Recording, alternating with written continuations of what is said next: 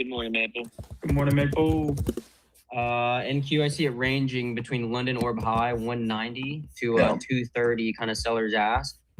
A lot of excitement last night, tons of money made. I range today, possibly some profit taking. That's what I expected. I would, yeah, for the listeners, I would definitely just let the market settle a little bit. I don't know that I'll be doing much today, but we'll see. Pump and take out London. Yep, there we go. Range holding. Do it. There we go. India and China began ordering immediate shipments of Iranian crude after the announcement. 2-week ceasefire agreement between Iran and the US. Short bill breaker. Oh, he's ripping it. Covered half there, 15 points.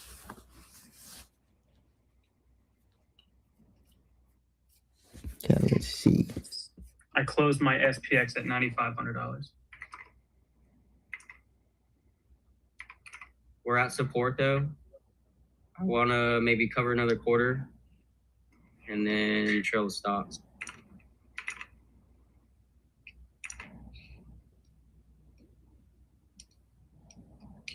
Markets have hit the opening bell now. Dow Jones Industrial Average up 13. Cover another quarter, MNQ. Counting. Skull. Following the temporary ceasefire agreement between the U.S. and Iran yesterday. Dow Jones is knocking on 48,000. S&P 500 up 170 points now, 787.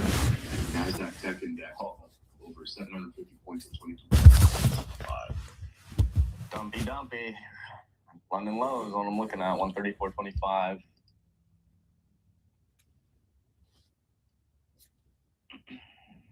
They did not take out the high. Interesting. Good range here. We possibly see London Orb low, but I don't want to get too excited on the short. Looking at crude oil WTI futures for May settlement, still down from war stress highs, but trading above $92 a barrel. about to hit London low. Let's go. London orb. Beautiful name right into the morning. Yep. Yeah, that range, man. London low is also previous 4-hour candle lows on the futures. Something I'm keeping an eye on. Maybe we need to go to the next 4-hour candle lows. You can see that at 25,080 area, 90 area. I just don't know that I have the confidence to really execute in this right now. To be completely honest. Let's see if I'm really offered anything that looks good.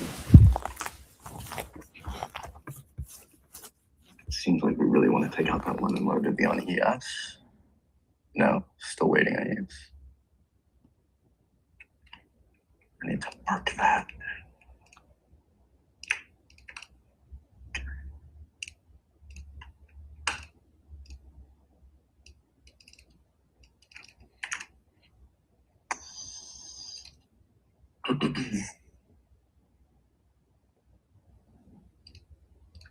Short 3-minute CBC, MNQ. Casey's just over there spamming the sell button on everything that he's in. 15-point gain, covered half.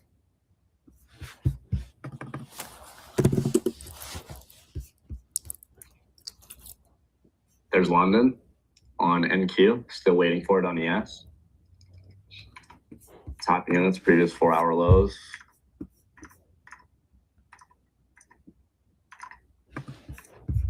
Oh, something to watch.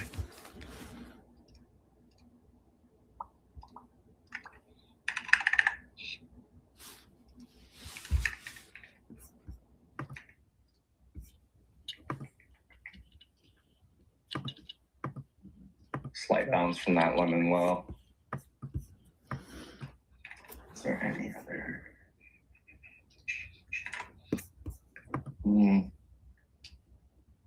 Could see us drop that 25,100. Ripping it off that though.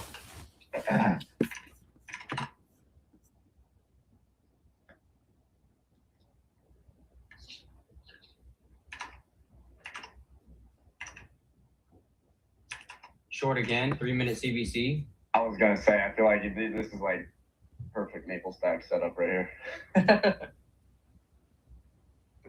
Dude, it's clenching, man. Scary down here. I know, it is a little wild. But small size protects you. Yep. I'm short with you. It's not bad. I'm Just like, concerned even though we with swept out London London, it's like, this is the first bounce with no real structure made. And I can see this coming right back in, yeah. Don't hate it.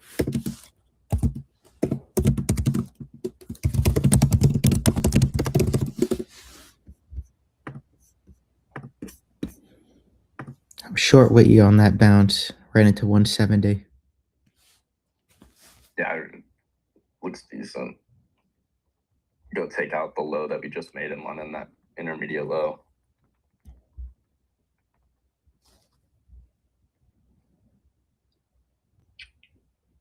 And here you go. Do it.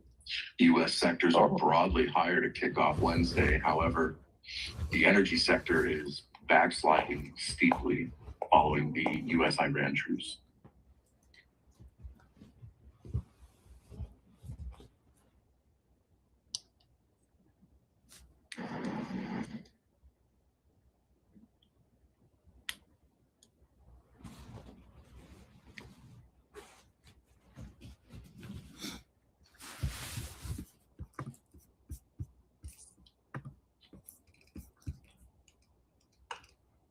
Damn, popping a little far on this little thing. Still thinking it's left here. I'm not even in it.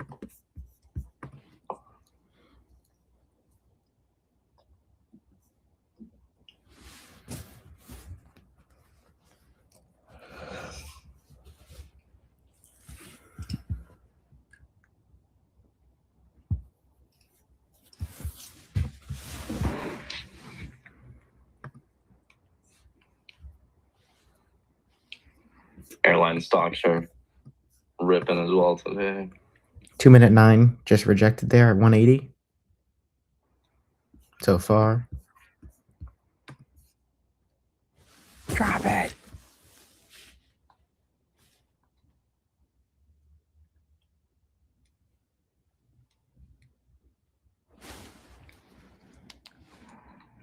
There we go.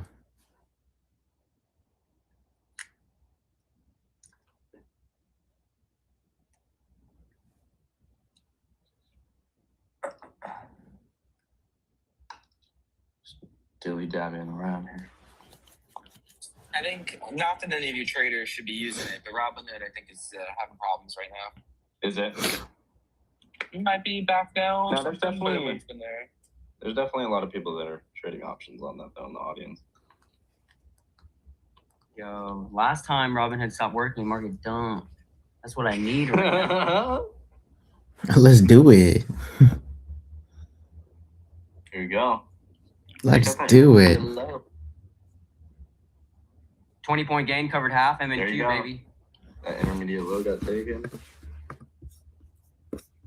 Beautiful. I want more. Careful. We sweep of London. Might hold this. Initially. I trim now.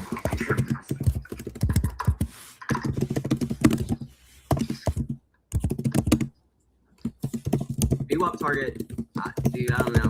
Blind bill breaker goes a little crazy down here. Maybe they get a 10-minute green, but I need like excitement so traders chase the VWAP break, and then that's where buyers will pick it up. Like depends on board 142. Mm-hmm.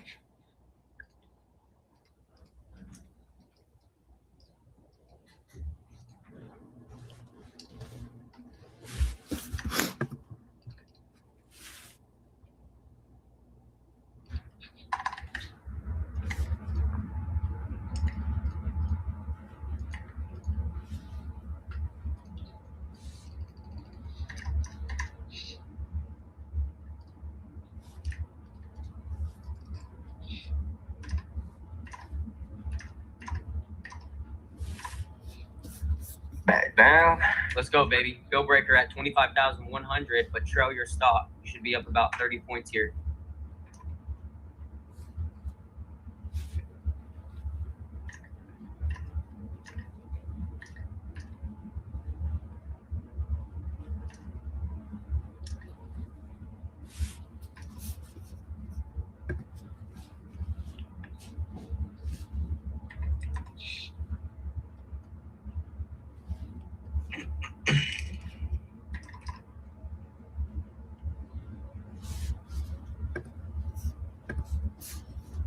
There we go.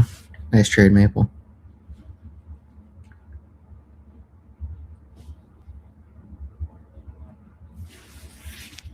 Iran is considering How we do it, baby? Israel. How we do it, baby? Go to VWAP. We already won this one, though. There's no losing. I scaled another quarter out there with MNQ. So the ceasefire did include Lebanon, but Iran is considering strikes against Israel amid its violation of temporary ceasefire because they violated it last night. What the hell is going on? IRGC warns any foreign aircraft entry breaches the ceasefire.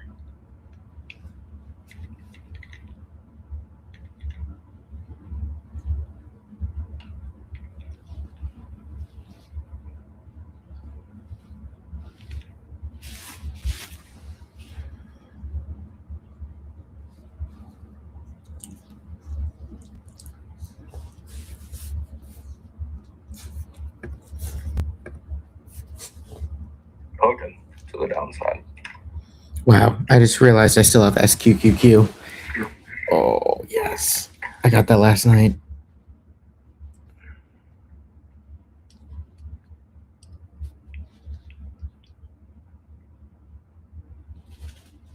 Bill broken, scaling trail.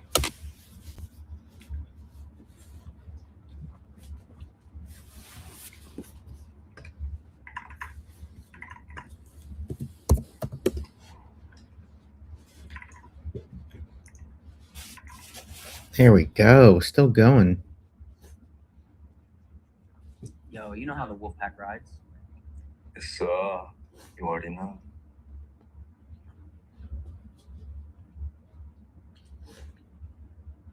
Oh, big bounce there. 30 points.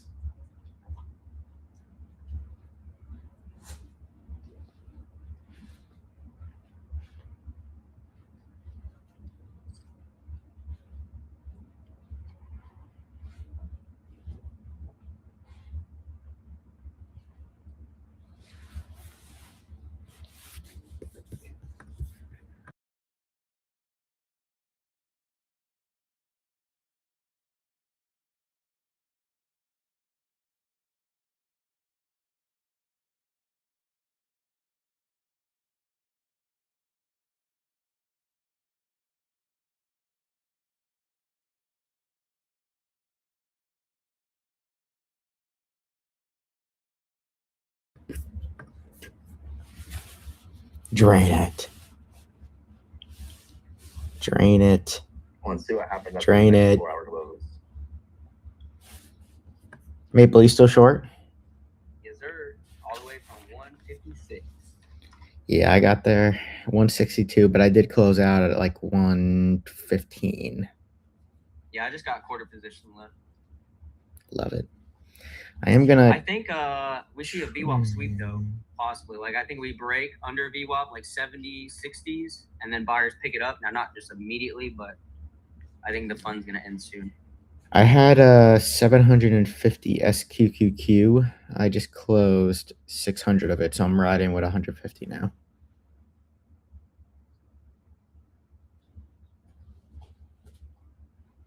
I didn't want to go too crazy on the futures last night, so I got SQQQ as well.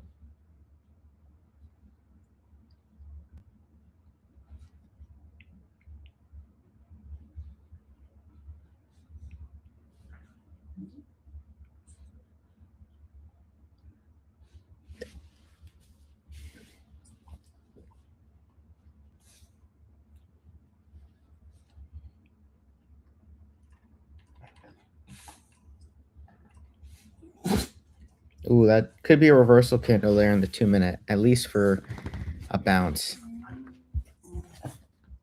By the way, again, IWM, strongest index.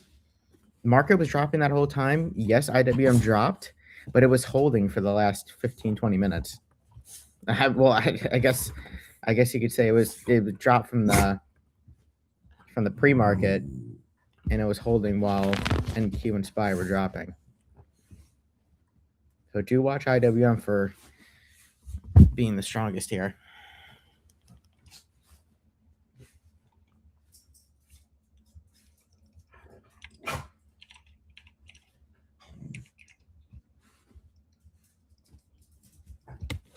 Interesting. Interessante.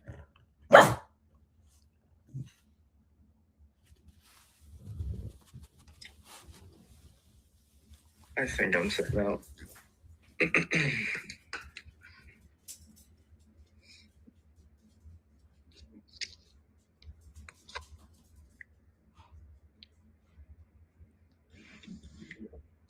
Nothing at 10 o'clock.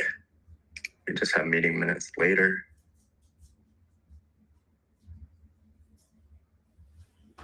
Saudi Arabia said we intercepted 9 drones over the past few hours.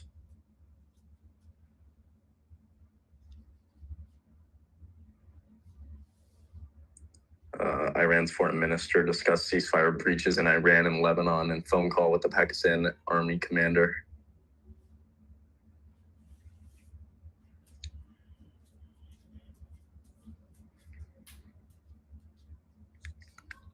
Iran's IRGC has reported that it intercepted a foreign drone in its airspace and is reminding everyone that violating its airspace constitutes a breach of the ceasefire agreement. According to a report, and is already communicating with Pakistan regarding ceasefire violations.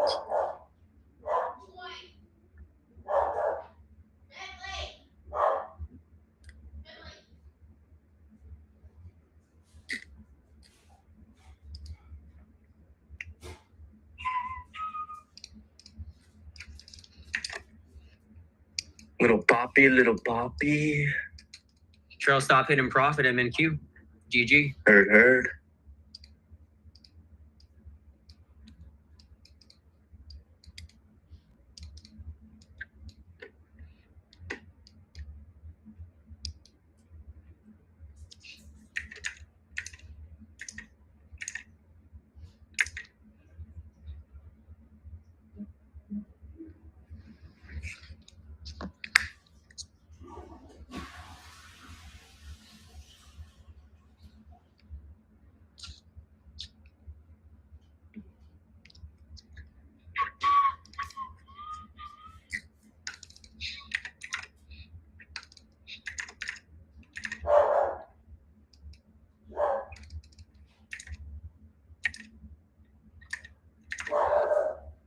It's like we're trying to hold. It's a decent bounce.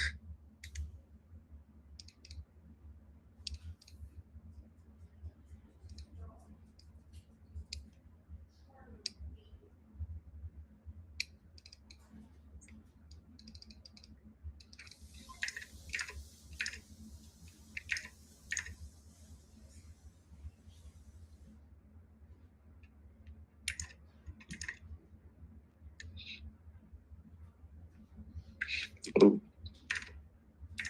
Right as I say it, slap back down. MNQ short 10-minute green.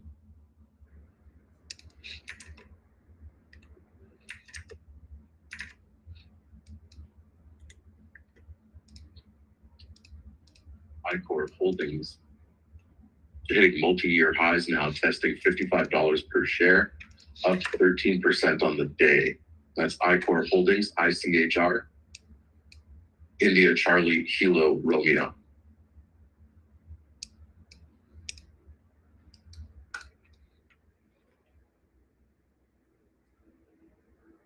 Ceasefire calms market, but Trump threatens 50% new tariff on arms suppliers to Iran.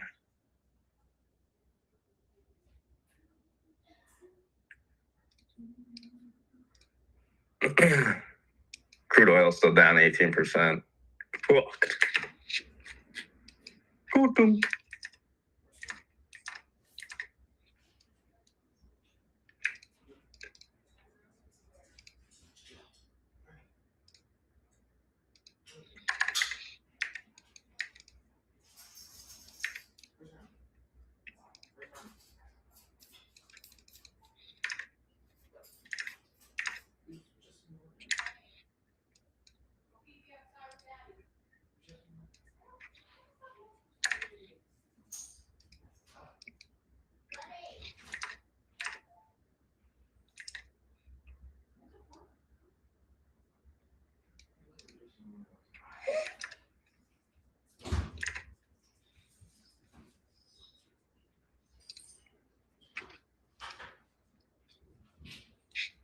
I'm not taking that. 12 points, covered half.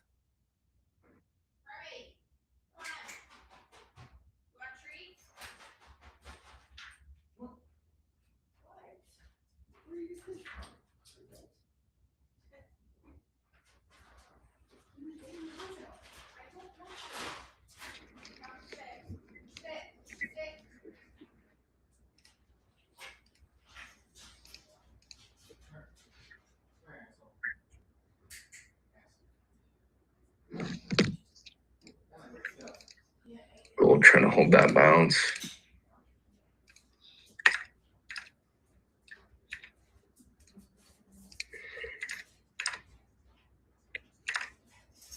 Here we go, dude. Here we Yeah. go. 30. Oh my God. 40-point gain, covered a quarter. GG.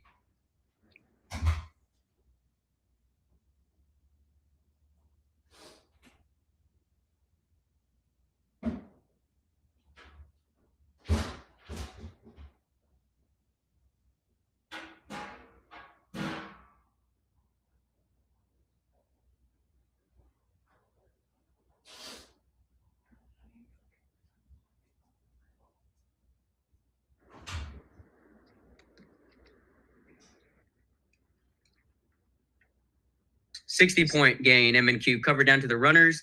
There is VWAP. Told you guys we'd hit it. What moon? I'm fine. We can, as long as we don't give back most of this day, then we're good.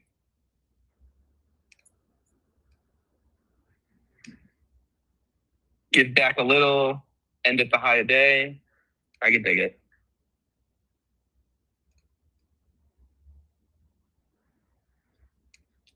Coming up at 10:30, food and gasoline inventories. FOMC minutes today too. Nothing cares.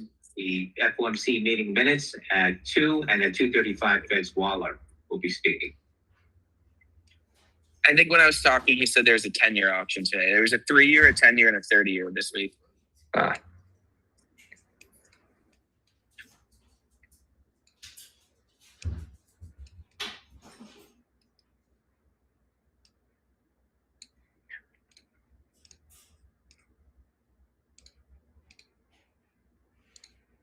Iran's foreign minister discusses ceasefire breaches in Iran and Lebanon and phone call with Pakistan Army commander.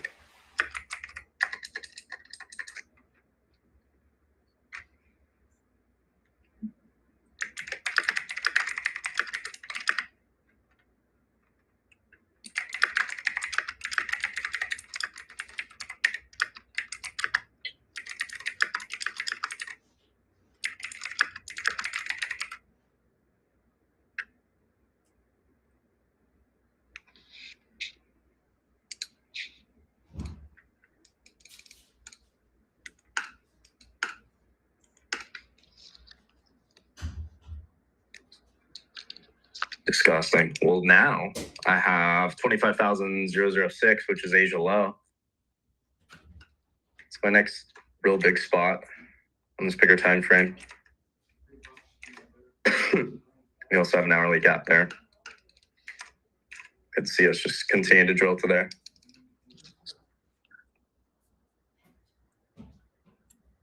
No touch for me.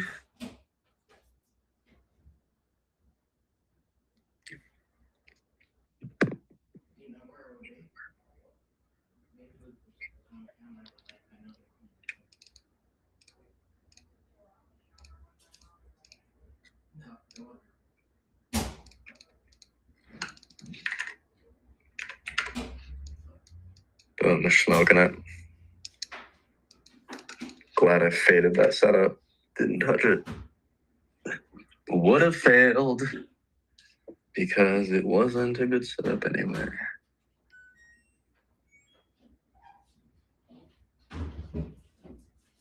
Oscar Health stock is jumping after CEO buys $11.92 million in shares.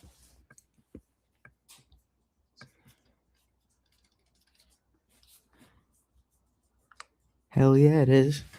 Casey's just sitting on a stack of money this morning, huh?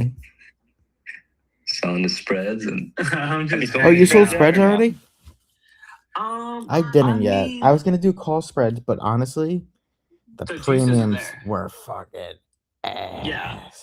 I would have had to do, which it would have been fine, but out of the gate, I mean, and they're probably up like 30% now, but SPX opened up at like in the 67 80s. I could have gone 68 40s, which is only $60 out of the money, and I could have collected like 50, 60 bucks, but that wasn't really worth it to me.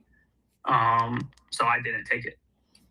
Yeah, I could have did something too on NDX, but yeah, it just didn't make sense to me. I can actually do one right now. 97%, it's 400 points out of the money. So that would be another, it would be a 4% day, and I could get $1.17. I may actually do that. I was thinking about doing one for tomorrow or Friday. Like, I was looking at selling 6900s for Friday on SPX. They were just sitting around $100 on the premiums. They're at 85 right now. Can I ask you a question now? Yes, sir. Friday. I don't want a fake news answer. I want the real answer. Do you use Vanquish to sell options at all? Is it something you're actively doing?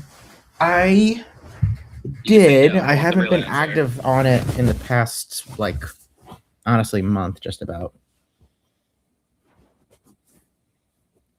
I'm just running so many accounts with it, with my own trading right now. I haven't really been active on it, so no. But yes, I have, and I do like it. No, I'm just asking if you actually use it. If it was worth the money, you would be using it still on the other accounts.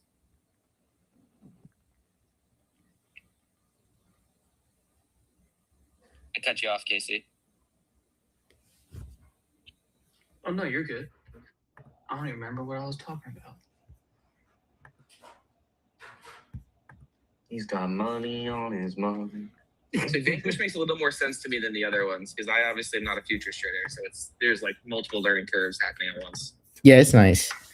By the way, Oscar, speaking of that news, I had $13 calls for June. I just closed them for 140%. Oh, new Israeli airstrike hit Al Samaya, entire southern Lebanon. Iran evaluating reply to Israel's ceasefire violations.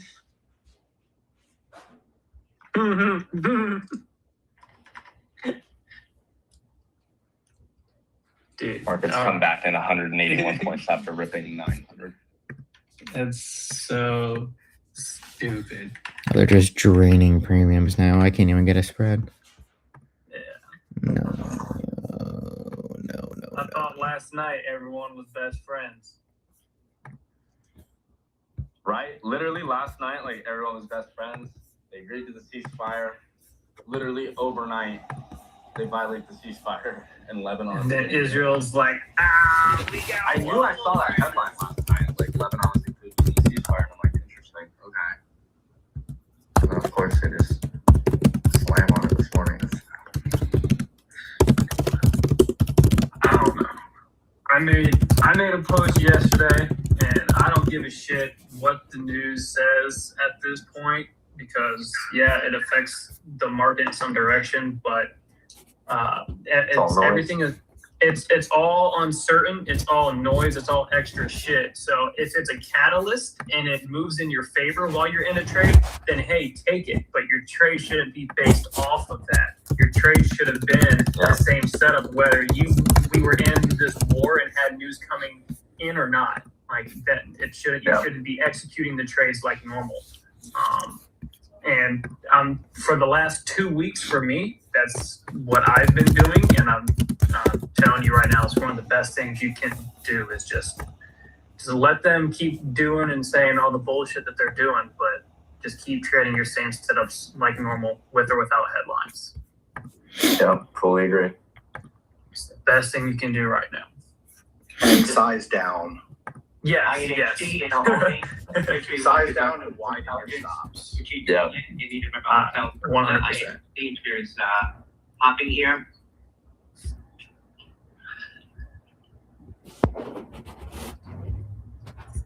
How we doing, Reese? Bro, I swung some SPY 0-day calls and some Microsoft 0-days, 1500%, 700%. Dude, those SPXs that we had going into the close overnight. Dude. Wow, they're up 14% now. So the 6,700 for today expiration that we bought yesterday going into the close. I mean, they went like $500-700 bucks. Obviously, I trimmed some out for profits, but I swung that one contract for 960. They were 10 grand this morning. Hell yeah, dude! Insane. I don't know if Rizzo had any SPX with us overnight, but I know we were looking at that. Oh Jesus Christ! New on lows. futures. Broke orb. You know, he said that during Power Hour. He said that he was like, I'm gonna swing short overnight, and I was like, what the fuck did you just say, Rizzo? I was like, you're the one person who I thought would be like, let's long this thing overnight. Permable, right? Watch the 10-minute green here, flipping red. We got 30 orb set, so any push under orb is a great area to cover.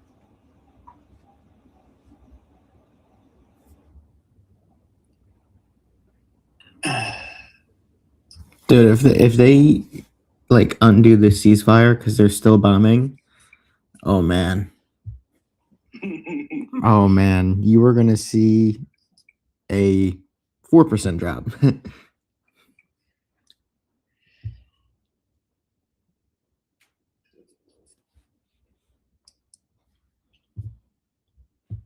I don't personally, unless obviously something again crazy happens, catalyst. I don't think we see a big move in the market today. I think if we do see anything, it's more neutral to slow bleed, but it's going to be more scalpy than constructive. I think whenever we see these big moves Trump overnight, a lot of yes, people just has want to a see lot huge of reversal the next On day. Friday, It usually doesn't happen.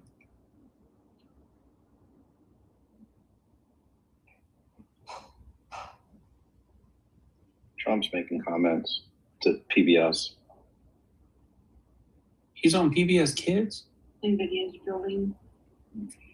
INHD shares up about 80% now on that press release now. All right, we back. I think we could see a slow fade on Qs, maybe down to 600, but I got my block of Yeah, I Parmesan think cheese it's- and ready. Like if buyers don't claim VWAP here, it's gonna be a 25K retest. yeah. I mean, you got to think who's buying up here today after one of the biggest gap ups so far in the overnight session in 2026 so far.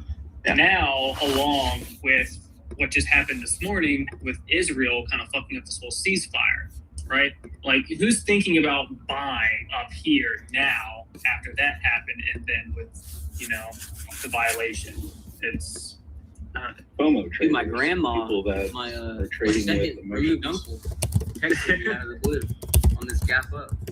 It's like, I don't think they're buying to step in and take it higher. I think they could try to hold or pin price action. That's for me. It's up here. It's neutral to a slow fade. I think. Circuit breaker up 96%. You need the hotel Delta. Hezbollah and Lebanon will get taken care of too. Trump said to PBS. Yeah. Hood selling pretty decent right here. Volume's not like crazy today so far. I mean, it's decent, but AMD selling. We have FOMC minutes today, right? Yeah. I mean, that's going to be a nothing burger, but yeah. NVIDIA new low of day.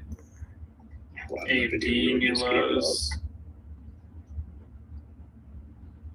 up. Apple's pushing up.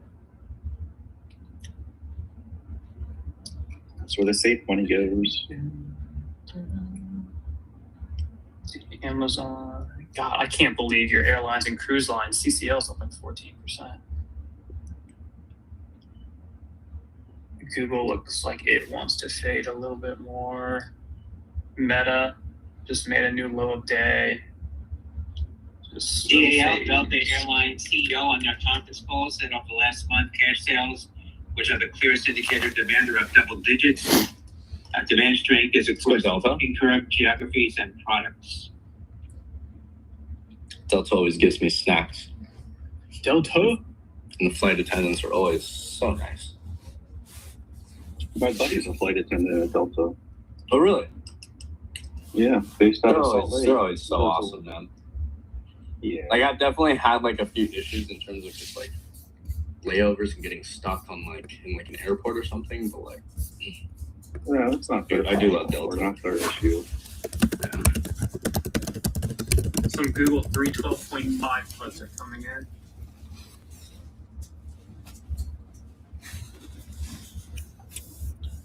For Friday expiration. That's GCR right there. Look, short that 10-minute green. Ooh, there we go. Low day, baby, just like that.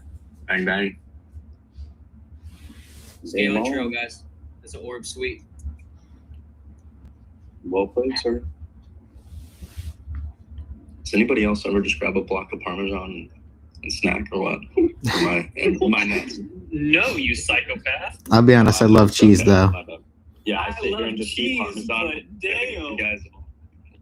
I love cheese. Yeah, you want to hear something crazy? Listen to this one. Never heard this one before. One of my friends snacks on breadcrumbs. Really? Like the On croutons bread? or like Like he'll Italian He'll get a legit spoon, the breadcrumbs that are all crushed up in the whatever, No. and he'll eat. Yes, disgusting At least fuck. like eating croutons. No, he's a disgusting dude, fuck. man's like a termite, dude. He's eating dust. Dude, I don't know how he gets enjoyment out of that one, but Bro, he's eating dust. What? Does he buy the bread and make the crumbs? no, nah. He doesn't even make it. Fuck. Oh my gosh. Bro, I bet he listens to Queen on repeat. Just another one bites the dust. Oh, Lord. Fucking disgusting. Fucking, that's weird. Yeah, every once in a while I'll eat a crouton or two. Yeah. I'm not a crouton guy. I love a good crouton. It is aggressive to just have breadcrumbs though. Croutons are fire.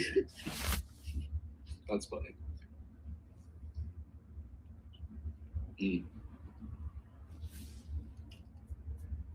What else we got hitting the wire? Still hopping around the field. Yeah, pre-market low right there on QQQ. There's a small gap. SPY just filled it. Q's missing by a penny, but Might want a long here. yeah. 90. Nvidia still selling. Another new low. Hard, actually. There you go, Q's. Oh.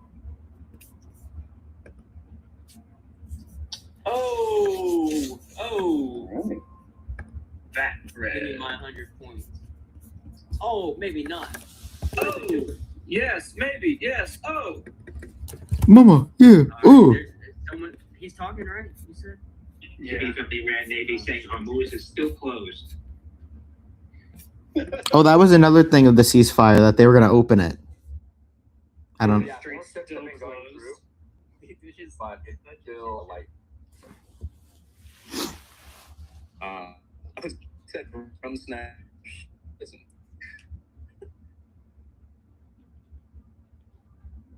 Iran Navy message says ship owners need to receive permission from Iran to transit or they will be targeted and destroyed. Guys, we were all Really just chill. friends yesterday. Like, I know. y'all were freaking in a circle holding hands around the strait singing Kumbaya, and now you're over here We need to playing. make an AI video of that. Yeah, now they're playing fucking Red Rover. Somebody go put that prompt into AI and make it a video. Like all the world leaders, like Iran leader, Trump, like all the boys just like dancing around the Strait of Hormuz, singing Kumbaya. We're gonna get a bounce here. Viral. Is that financial advice?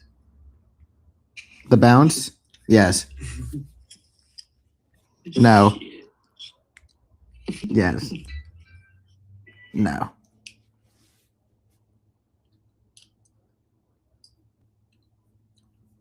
So fear and greed index is at 29 now.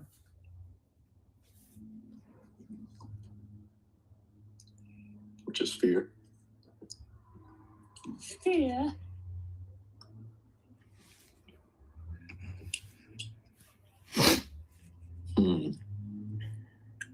Several vessels in the Gulf received messages claiming to be from the Iranian Navy saying Hormuz is still closed. Ship owners need to receive permission from Iran to transit or they will be. Oh yeah, you said that. We got that one.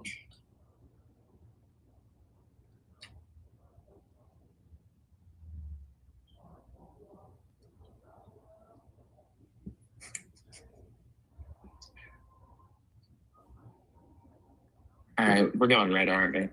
King faces. What the fuck? No. If we were red, dude, that's fucked up.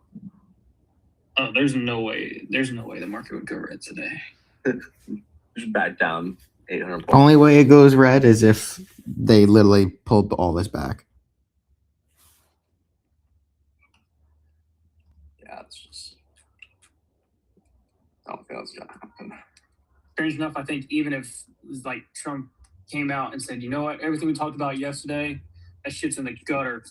It's back on, baby. Like, I think even if that came out, I don't even think the market would reverse the entire move that I just had to the upside from the ceasefire. That was too much. We went too far too fast to be able to like, just do that so quickly, in my opinion. Yeah.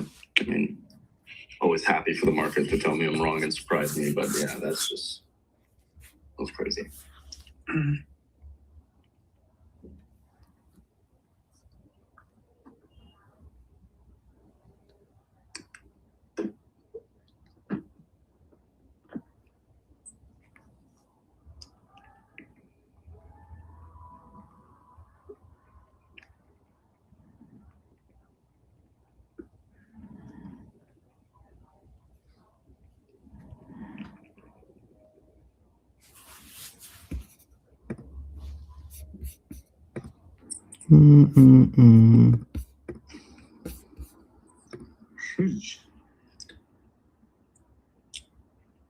Wow.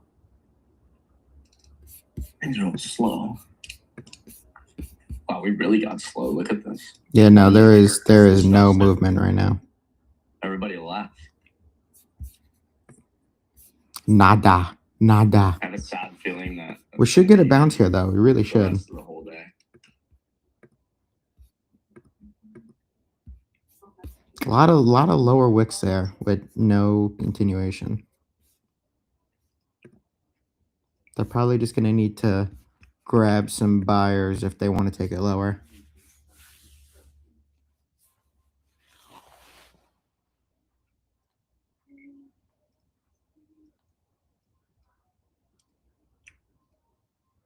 Okay.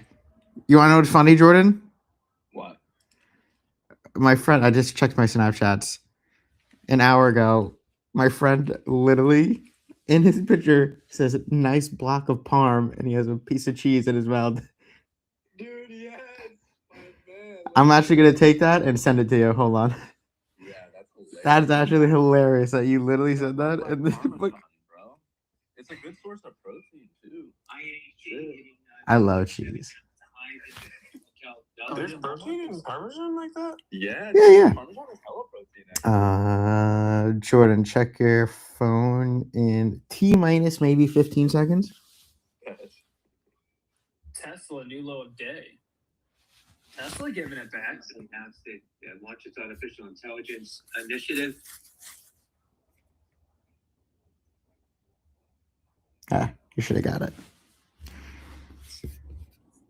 We're stuck on this 2-minute Oh 9. my gosh. Look at him. Literally just a block of parm, bro. Hell yeah. He must have known what you were gonna say an hour later. That's legit, dude. It's exactly what I looked like 5 minutes ago. That's exactly. Oh, that's insane. Guess what stock pumped overnight with the market and is still pumping up almost even like again double. Freaking Intel. INTC ripped with the market overnight and it just ripped again.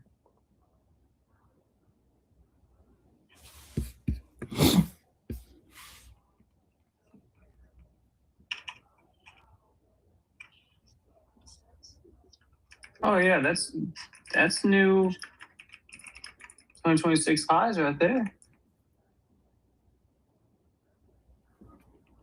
52-week highs. I mean, we're breaking.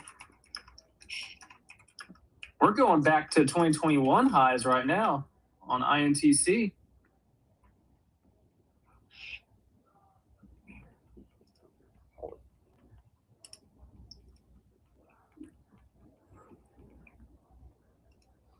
Did Missy Elliott say along that thing? Or is it only on the daily? I think I need to have her do the weekly too. Let me see. No, she's on. It has it for the weekly. Wall Street Journal headline: Israel was informed later that ceasefire deal wasn't happening.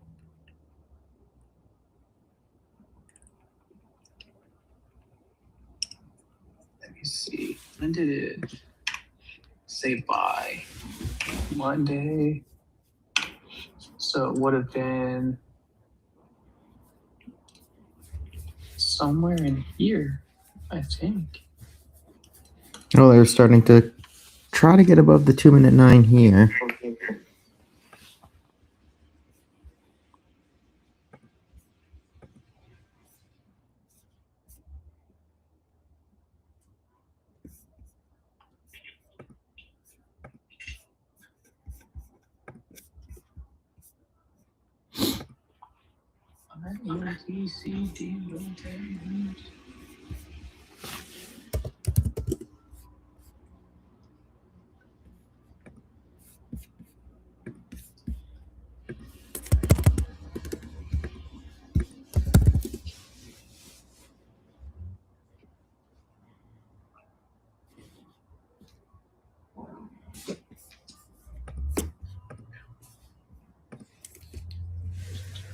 IHT halted again at the highs of $1.09.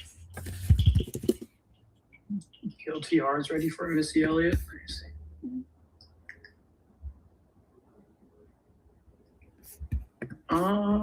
What direction? Look at Apple, Amazon, Google. They're all curling up. AMD. We should get a pop here. Iran's Tasnim news agency citing unnamed source says Iran will withdraw from ceasefire agreement if attack on Lebanon continues. Oh. Oh, yay. Put it reverse, Terry. You're going to reverse it. Yep, the market's not liking that one. Stevie in the chat, Spaces chat, posting the gains. Love to see it. 190% on INTC. It's been a great name to trade lately. Love to see the gains. If you guys are in the chat making some money today, post your gains. We'd love to see how the crew's doing. So I'm seeing a couple of ships that have passed through the strait this morning, and a couple people are talking about it. I feel like people don't understand that there's 2,100 ships stuck inside the strait. Yeah, like there's definitely ships going through, but not nearly at the rate that it was previously. No, I mean, yeah, but I'm saying is like 10 ships isn't going to do anything, you know? Yeah. There's 20,000 people stuck on boats inside of that area right now, not living a good life at the moment. Exactly. Yeah.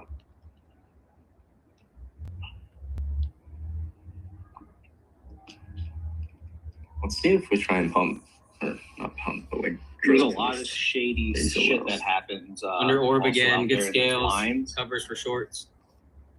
A lot of bribe. I used to work in an anti-bribery company, and a lot of the focus in corruption was trying to get ships that would jump up in line. So they bribe the port officials to get their shipment ahead in line, which, in shipping terms, I mean, that's days, if not weeks of time that you're saving. So big deal.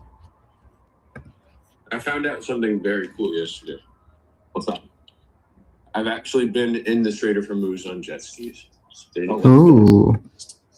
Didn't even realize. Dude, that's so tight. That is tight. You want to go try it now? I've never tried. You want to see me do it again? I want to see me do it again. They're gonna be playing fucking leapfrog. You try to take a jet ski out there. Funny stories for another day, but it is very strange. Thoughts on Marbell? If you're long, you're long. If not, you missed it.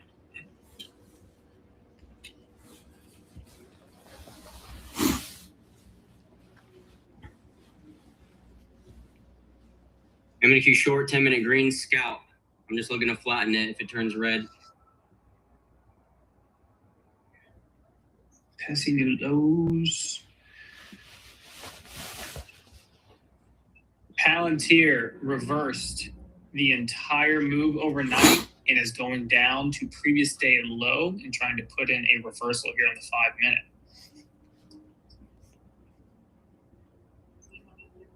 Yeah, I can't do any trades here. We're just That's chopping down here.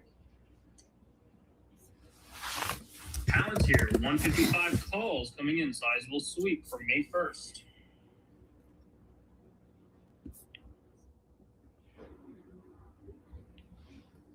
Watch for Poppy.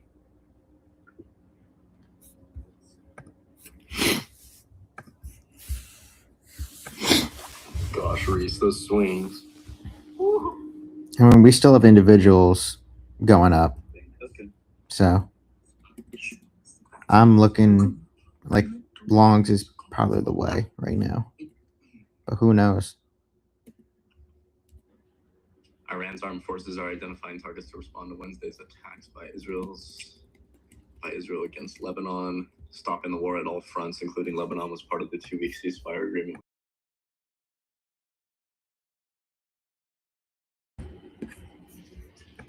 You know, if that news comes out, we literally could drop like 3 to 4%. U.S. delegation led by VP Vance and an Iranian delegation led by Galibaf. Araki to arrive in Pakistan's Islamabad on Thursday. INHD $1.32 now. Any November Hotel Delta. Pakistan 137%. Pakistan PM Sharif urges all parties to exercise restraint and respect the ceasefire for 2 weeks. Bro, we haven't even been able to go 24 hours. What do you mean? You want 2 weeks? What the hell are you guys talking about? This guy's wild. Your highest level of gamma on Qs is 605. For SPY is 675. I thought you were just going to say this guy's high. I mean, that too. Oil trying to rip back a little bit. Right.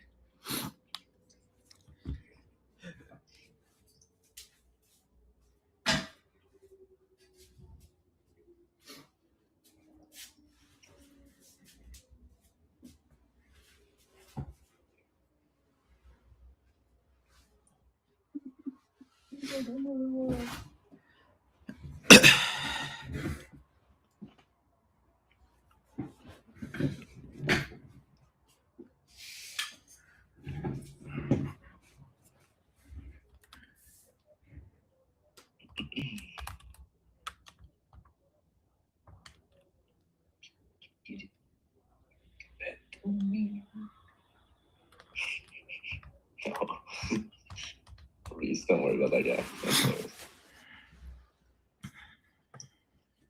Fuck that guy. Ain't no thing but a chicken wing.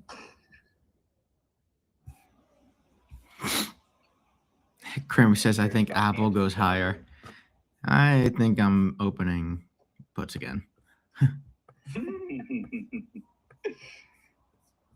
So let me fade that. Short green, cover red. See if they flip it on 10. I'll Can cover they to do the it runners. again?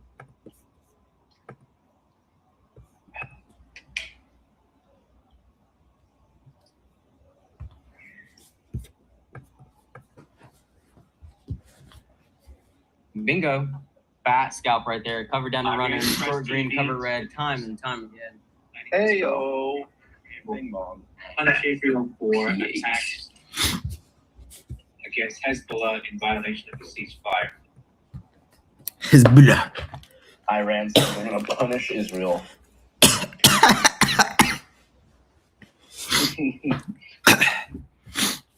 You're going to punish him.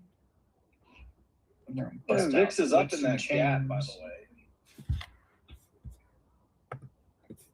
Microsoft kind of bear flagging at the low.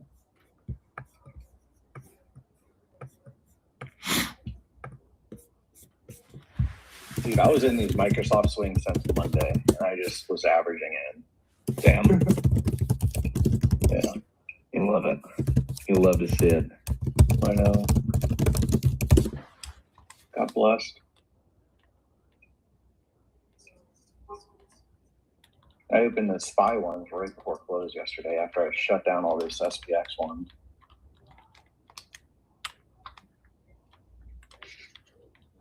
So your vol D has been moving higher all morning. Your vol DQ has been moving higher all morning.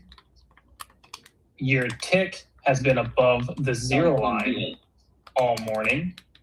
And VIX has also been moving higher up all morning, while SPY and Qs have done a slow little fade down. I'm going to tell you right now, that means don't touch majority of this shit. Yep. Hence why I haven't taken anything. Unless you can be a sniper quick in and out for a scalp, I mean, don't.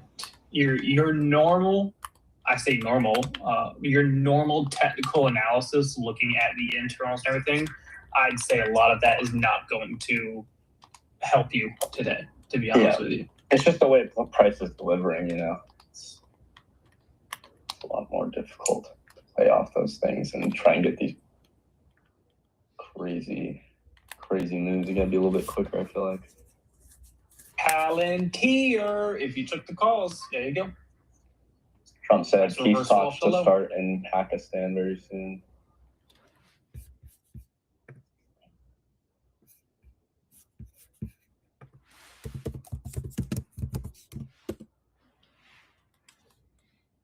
Kushner and Wickoff will go to Iran talks, maybe Vance. Trump just said. We will have Fed's Daily speaking at 1:05 Eastern.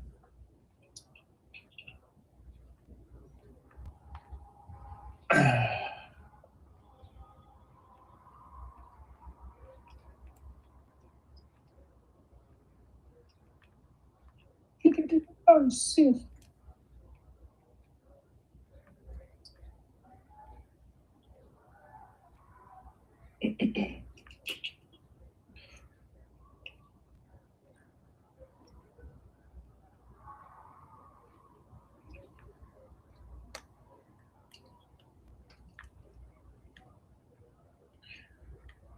And down to Jesus, Tesla. Oh, Coming up, crude, a drop 1 million expected. Gasoline, a drop 1.4 million. Distillates, a drop 1.5 million. Tesla gave the entire move back.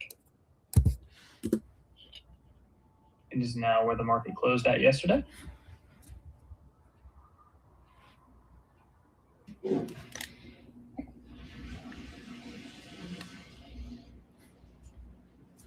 Watch for the bounce down here. Sweeping under 348 down to 346.64. Kind of just somewhere in that 347 area. Little bounce spot overextension on Tesla. Could be a nice little scalp.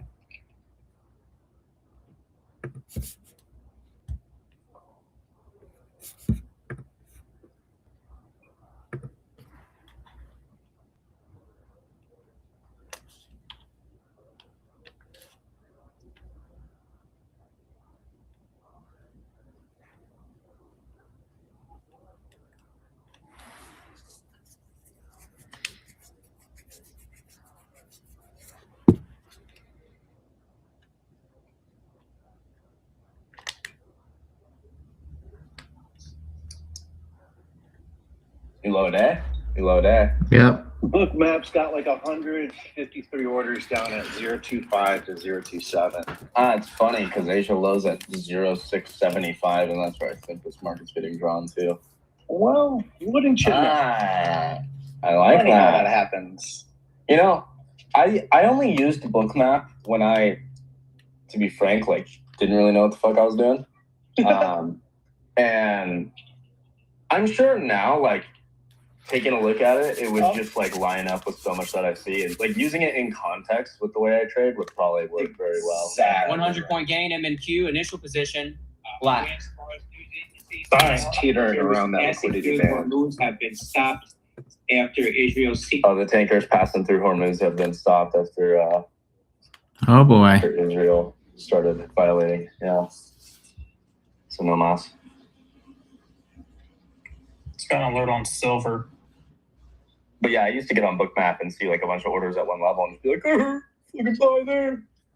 Yeah, you can't like, do that. Like you can. That's to it. You add an actual strategy with it and be aware of those bigger levels, and then it actually can work. You know what I mean? Yeah. I like to leverage it while I'm already in trades for extra confidence of where to get out and where to place my stops. 100%. And just see the cumulative volume delta flip, which there's other tools you can do for that too. In Pakistan, Trump said JD Vance might not attend the talks in Iran or in Pakistan. Specifically. Just bring the meme of JD Vance. Like, send him. Send him. All right, Asia Low. Come on and grab it. ES holding up much better. I think we're still a ways from Asia Low on that. Yeah, 67, 87, 75.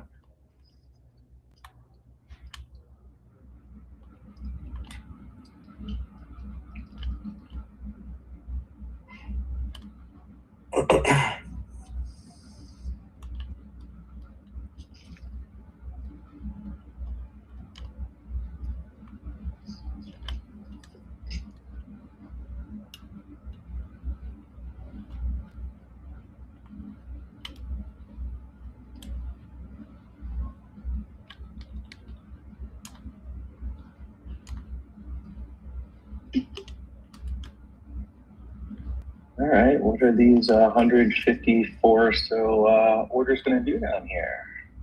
We're going to test it. Watch them pour.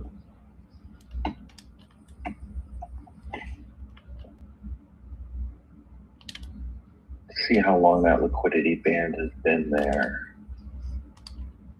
That's the true testament. Oh, a long time. Since before market open.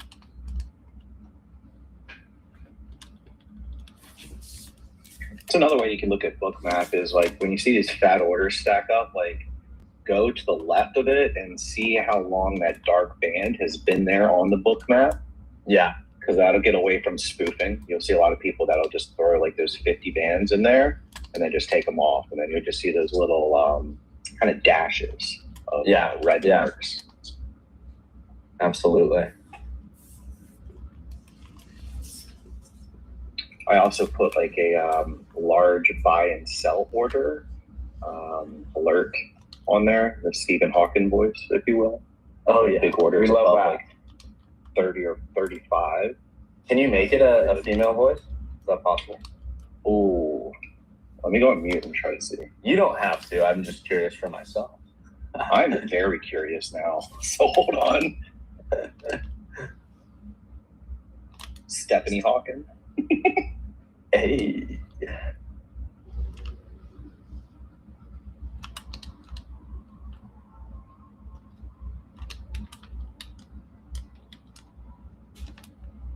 I get this, please?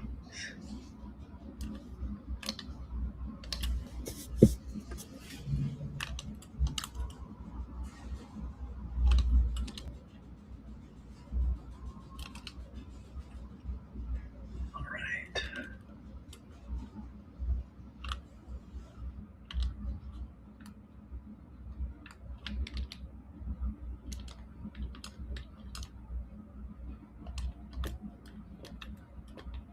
Yo, can you guys hear me? Yeah, we got you. We got you. Okay. Just checking. Gold dying, falling off a cliff. Oh, bye-bye.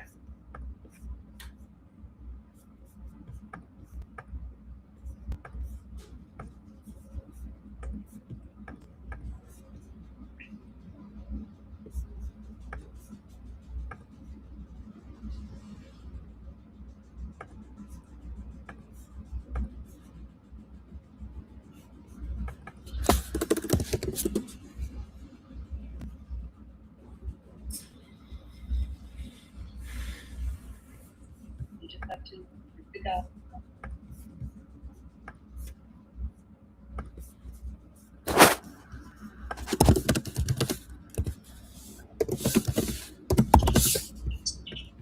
Right, let's see that 25K. Yes, sir.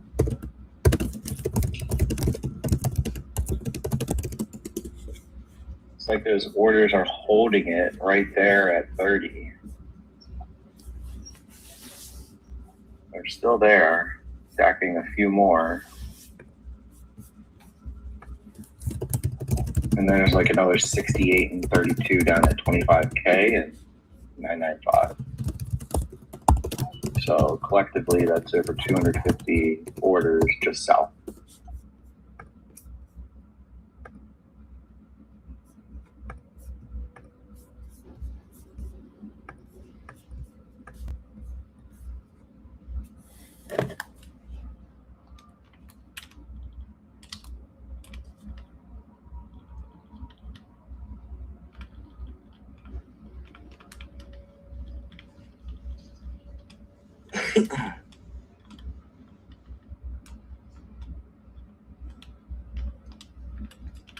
Inching closer to Asia low. Not quite getting it yet. Crude oil still popping. Down 15% now on the day from down 18%. So popped up 3 there.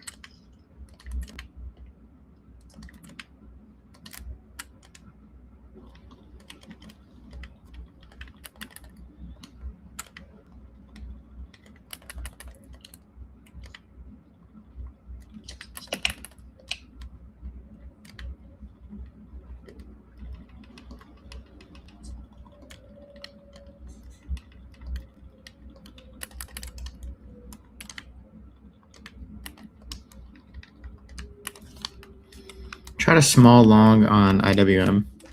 I do plan to add, but if it obviously goes up, I will just close it for profit.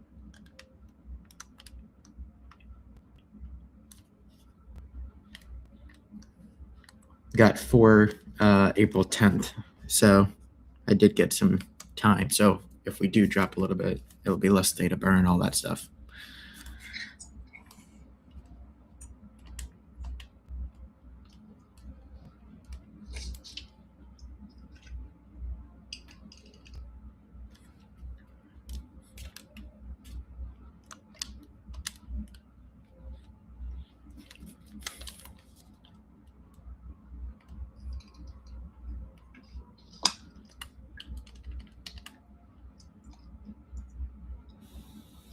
Well, crew, if you're in the audience and you've been enjoying the spaces this morning, as always, make sure you guys are liking the spaces. Follow all the speakers up here as well. Make your timelines much better. A lot of great content coming out from everybody on here. Yeah, and after you guys do that, we should do 1s and 2s. Yeah, I'm down. Run it Put a up. 1 in the chat. Here, Maple, you want to do it? No, you guys run it up. All right. No, that's well, a Maple thing. Let's see. Yeah, Maple, say it for us. Say it All for right, us. man. All right, how'd you guys trade today? 1's in the chat if you're green, 2's red, 0, no trades or break even. Let us know. Reply to the space with how you traded today, guys. I'll say it one more time. 1's if you're green, 2's red, 0, no trades or break even. Let's go. I'm a 0. I'm chilling. But it's been a great week. I'm happy to sit out today. Yo, that's a win, bro. There's nothing I A lot really of people love. underestimate that. The only thing I actually kind of liked was the short that you took that we were talking about initially. And I just, again, the environment, I was like, you know what? I don't need to do this. And I've had a great week. So I'm just chilling and I don't need to touch this. That It's a is great feeling. respect. It's a great feeling. You love that. But I applaud all you guys killing it this morning. These environments can be tough. Much respect.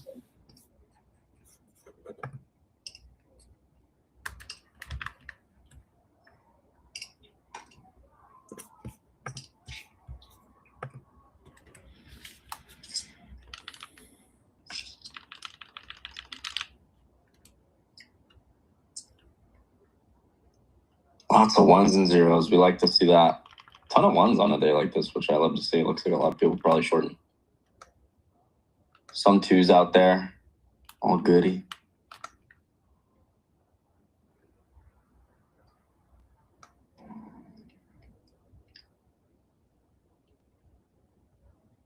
Crew's doing well. Good on you guys.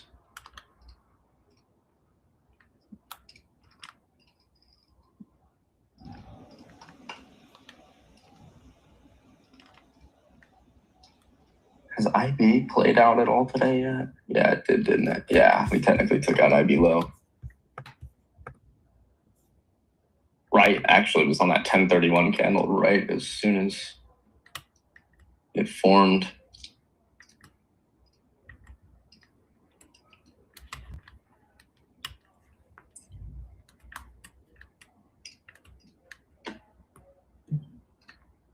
Oscar pulling back pretty good. Dang.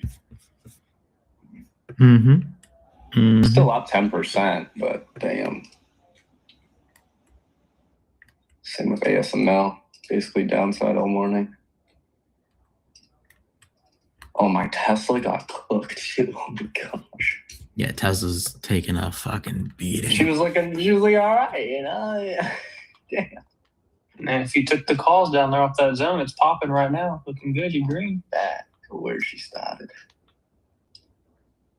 This shit is crazy. At the peak this morning, do you know we were only 3% off all-time highs on SPY and 4.4% off all-time highs on QQQ, and we're still like not too far. When we were down at the peak to the downside, like 14%. That's how quick shit changes. Wow. I don't know. Some people told me we were at a bear market last week. And then the week A lot of before people that, told me that. yeah, That's the signals, man. Those are the signals. Basically, like when everybody said like, "Oh, this is officially correction," like that was basically the low.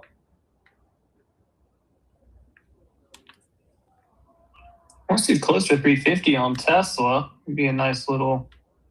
Of course, I haven't been around that there. long, okay, but just from what I've noticed, every time it seems very difficult for the stock market to truly get into a bear market when it is a man-made problem and a catalyst that is provided by our president, literally. Like, it's very difficult for the market to truly be in a bear market off of that, because all it takes is one tweet, bink, you're 4%, 3% off all-time highs again. And it's just like, until it's really earnings related and related to like what's actually going on, like in technology and everything happening there, until it's actually related to that and what's actually going on inside of these companies versus fucking war headlines, I don't think true bear market happens. Like, it's just because it's not everything is still stable, really. It's just all these war headlines creating this uncertainty among people, but nothing,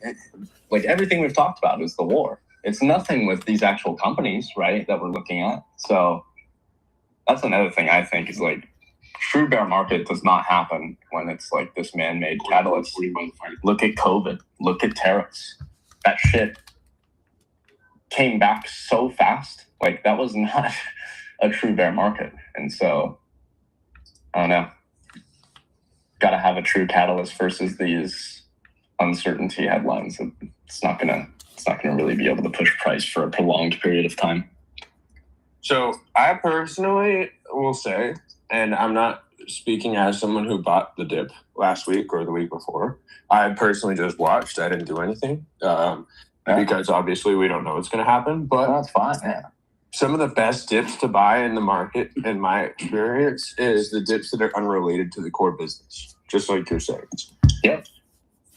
Yeah, 100%. Like, those have been the best dips to buy. Tariff lows, COVID lows, right? Like, all those dips were juicy, right? 08 was a little bit different there, right? 08 was an actual problem and financial crisis. And so, yeah, like, things were heavier there. It lasted a little while longer. COVID was what? We came back in, what was it, 13 weeks or something? No, it was less than that, I'm pretty sure. I think it was like 7 weeks from that low made, we were back.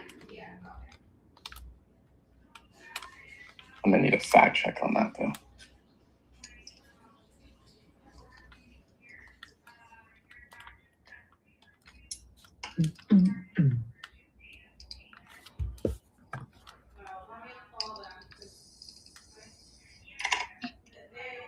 And again, I'm no smart cookie. It's just, I mean, simple pattern recognition, man. Like,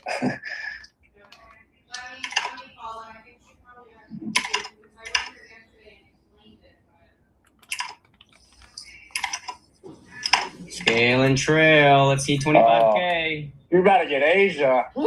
Yes, sir. Go, I'm man. gonna give it all back. Good job, dude. No. Damn. Fuck. Crazy. All right, so I haven't had any losses for the last like 2.5 days. Tomorrow I'm gonna blow up, guys. Tomorrow's the day. Tomorrow's the day. Go light. Maybe one account at a time tomorrow. Huh?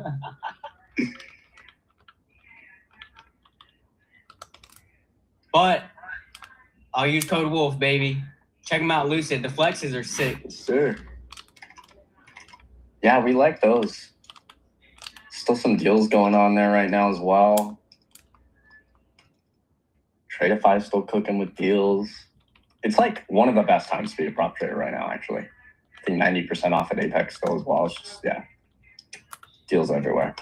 I think it's one of the best times to be a human right now. That's right. 50% off on Vanquish, too, for the options traders. We were talking about that earlier. I agree, Jordan, but oil prices will absolutely affect earnings for at least half the market. Sure, but right now it's all war. Like, oil's not being affected because of earnings. Oil's being affected because of what's happening. But you're right. Like, yeah, shit. Later down the line, when everything calms down. Phone call. I gotta take it to Tom together. Do some stuff kind of that. I will be jumping in a live stream on YouTube. I think Reese was on the Discord there.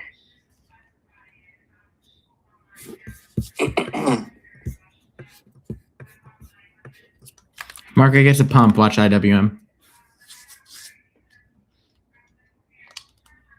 Still in my calls, down 2%. QQQ just hit the next little support zone that I have there. Like almost a penny. It starts at 603.88. Tesla's still holding decent off that low.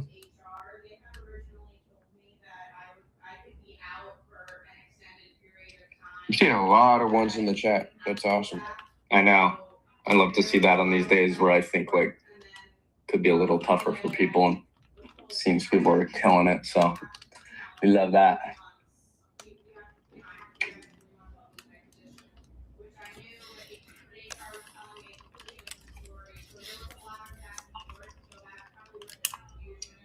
Jim Cramer's bullish on Apple.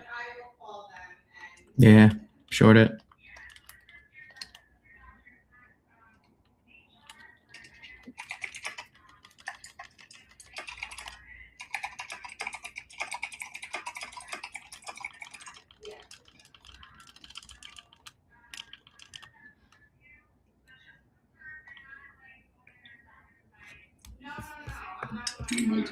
Not sure if you guys heard, but I'm bouncing off. I got a phone call at the top of the hour, and I'll be on live stream on YouTube with y'all Yes, sir. afterwards.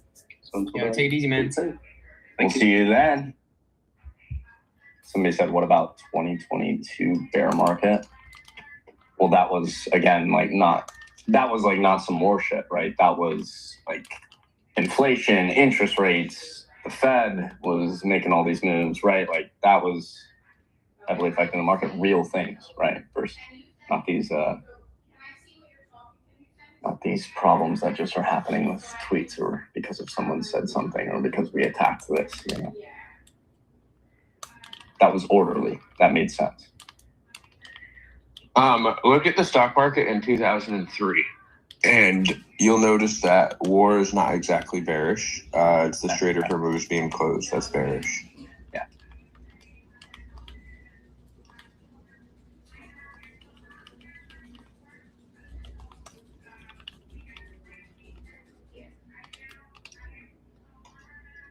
In case if you're not aware, we invaded Iraq in 2003. We as in the United States. Mm-hmm.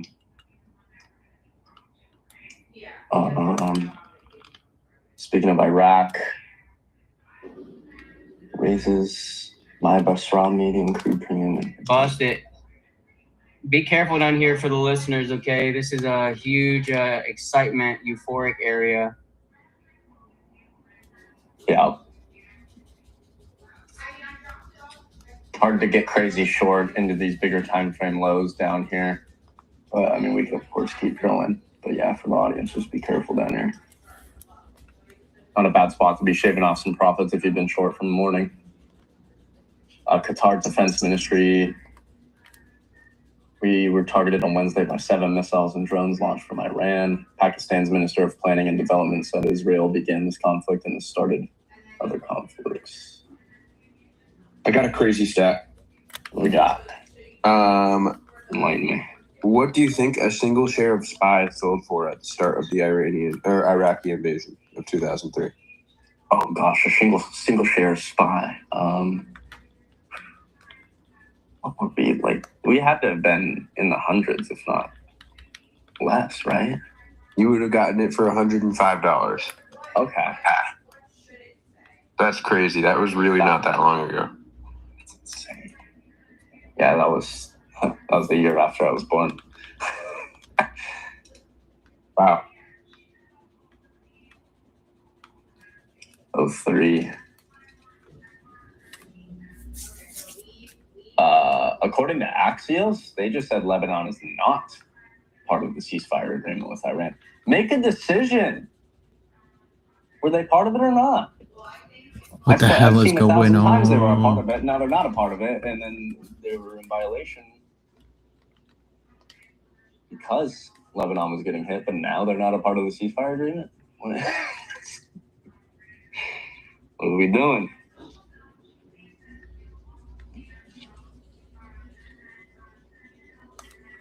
What are we doing here, man? Kuwait said fires broke out in some of these sites. These attacks targeted several sites, including power stations, resulting in severe material damage to infrastructure facilities and generation units and fuel tanks.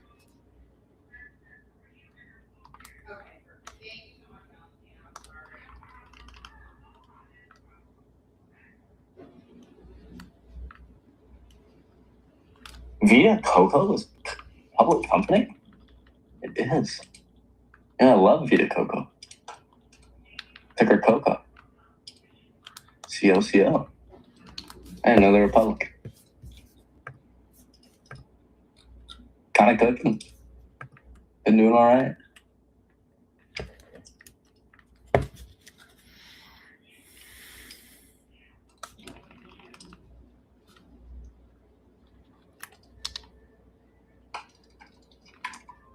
The stock rocks. It's up 73% in the year. I know. What? Isn't it cooking? Dude, shout out. I've never heard of this ticker either. Dude, I'm long coconut water. Shit. It's a $3 billion company. Dude, I never knew that they were public. That's awesome. I'm keeping that on the radar, low key.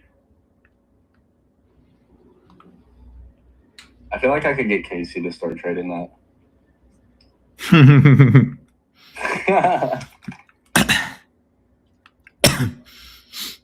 That's lit, man. They've been killing it. Oh, their options are messed up. Oh, are they?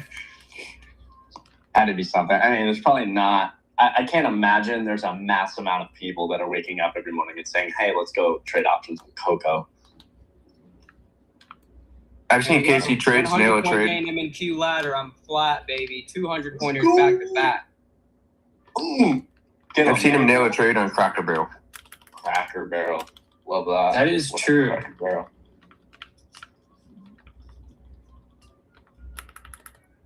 Well, the SPX call credit spread I want to take is not 85%, but it is what it is. We're just doing the slow bleed down, baby. Again, I think we could see 600 on Qs. I said that when we were over 606, so we're halfway there. I think we can see that 100%. SPY, I think, can get closer to that 570 area. At 2 p.m., the FOMC meeting minutes. Fed's Waller speaking at 2:35 p.m.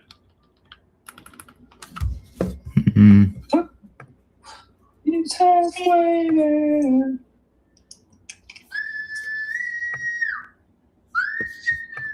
Okay, I'm closing my IWM long. Oh, yeah.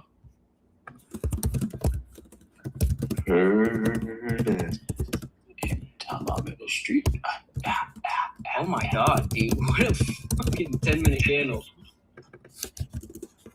5-minute evening star reversal on Tesla. Sold off new lows. All right, for the novice traders, the listeners, right? If you've been trying to pick at longs all day because you're like, man, this sold off too far, right? What's low can go lower. Please understand that. 10-minute candle by candle method was bearish all morning. Why not short 10-minute green candles? Okay, there's no confirmation of a reversal unless there's a higher low or a base back above VWAP.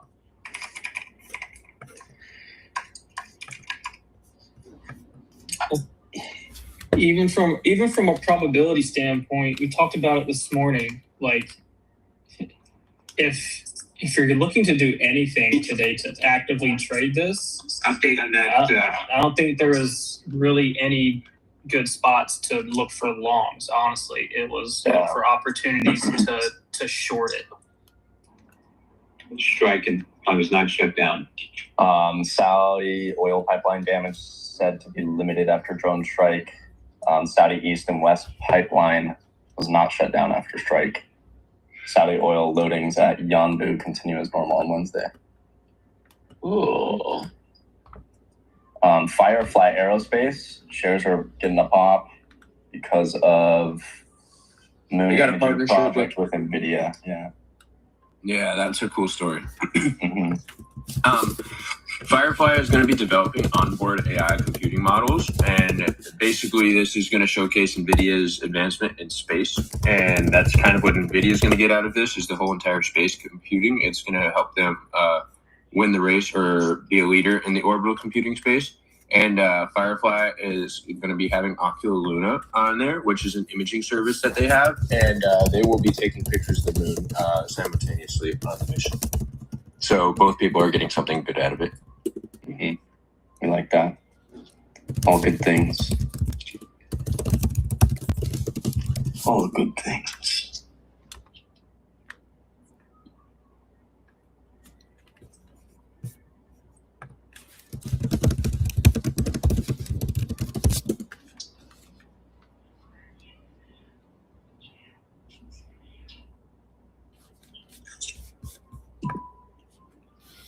Well, I actually just sold the bottom on IWM. I'm like that. I am like that. Be like that. Took an L at the low. Hell yeah. I got a question for my friends up here. Will you guys be buying the SpaceX IPO? Selling it. Ooh. I'm not buying it. Yeah. Sell it, buy the dip, sit on it for 10 years. Yeah. I mean, I watch the Rockets like every time out of my backyard, but it's overvalued, man. You watch the Rockets every time out of your backyard? That's cool. Naples in the Hell perfect yeah. spot for it. Dude, in Florida, yeah. Yeah, I'm in Florida too. I make the drive, but like that's We can see him here in North Carolina too. Well, now I'm in Puerto Rico. I should be able to Maybe. see him. Wow. That's a lot there. Walmart new high. Yeah, I don't I mean, think like, I'm I gonna buy think it. it'll have an initial spike, but then, this is what happens with most IPOs. Initial spike, excitement, sell the news. You trap those buyers that have bought a lot. Let real buyers build a base much lower, and those initial IPO chasers will hold. And those buyers that build the base at the low will hold it to those bag holders and see if they want to add more. Most people, especially hedge funds or larger firms, they'll double down on a position after it's red. So that's just what I see most of the time. We've seen it with most other IPOs. It can take a while. Look at Hood, right? Usually there's like a 2 to 3 year period. It is the standard thing. Yep. But what makes it very interesting for me, or at least what I'm watching for, this is definitely one of the trickier businesses to price. I think we could all agree on that. Because there's a lot of unknown still, but they're making like roughly 16 billion revenue in 2025, so that's kind of the main number we're going to have to go off of. I don't know the multiple that space stocks specifically should be IPOing at, but now that they're throwing XAI inside of this, so it's SpaceX/XAI IPO. It's not just a SpaceX IPO. A lot more people are less interested in this IPO because they have XAI, which is a massive money-eating project in some people's eyes. But I mean, they're basically going to IPO 94x earnings, which is kind of wild. I don't know if that's how it should be. I mean, I don't know how to price XAI as well, but I'm very interested to see how the market does. Yeah. It will be interesting, that's for sure.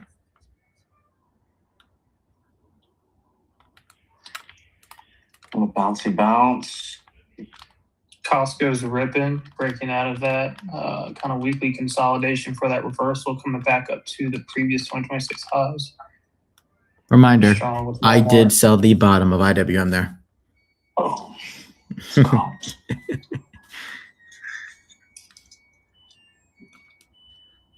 Holy shit. I should have just added like I was going to. Stupid me, stupid me.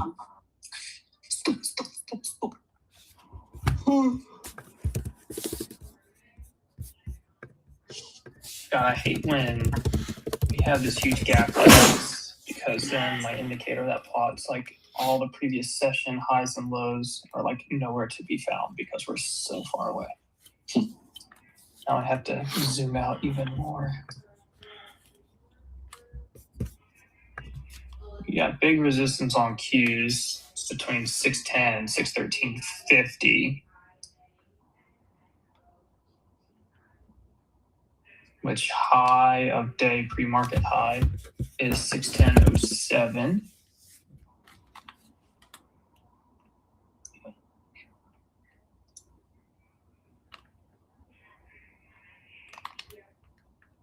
What's red? RED. Energy. Energy. Energy's red. Yeah. The whole sector pretty much. Palantir is still red. J&J is red. Communications, AT&T, Verizon, red.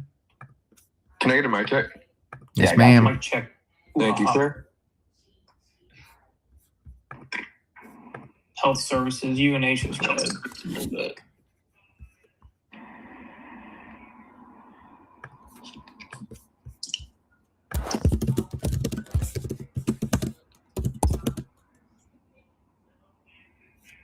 There's your first RSI over extension on SPY.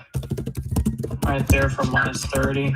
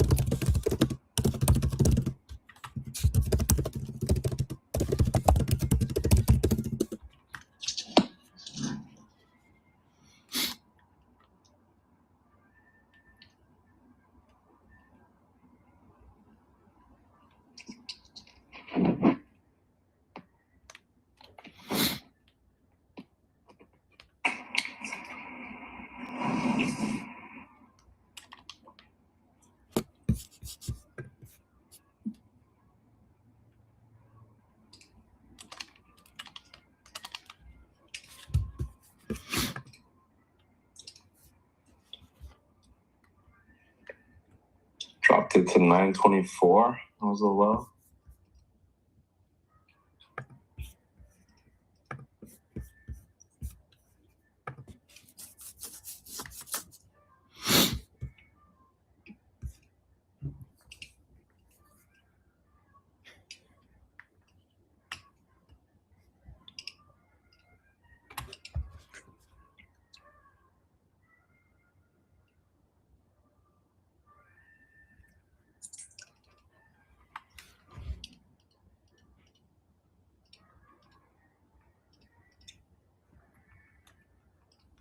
Ondas is red today still.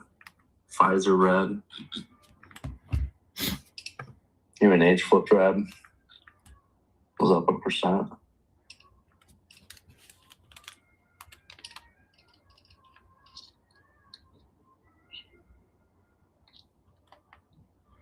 I am now short IWM up here.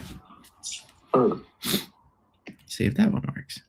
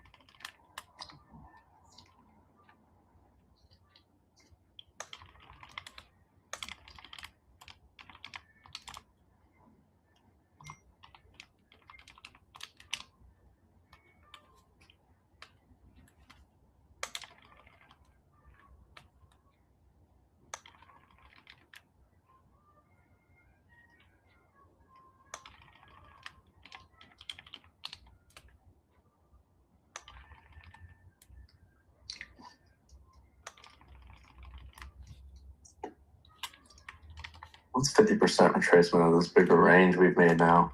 That's what I want to know. Down at 24,599.50. Well.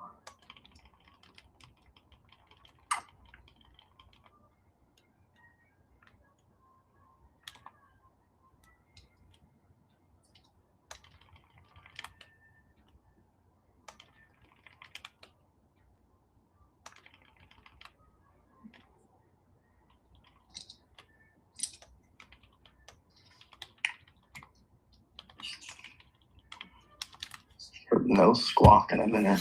Nothing really coming out.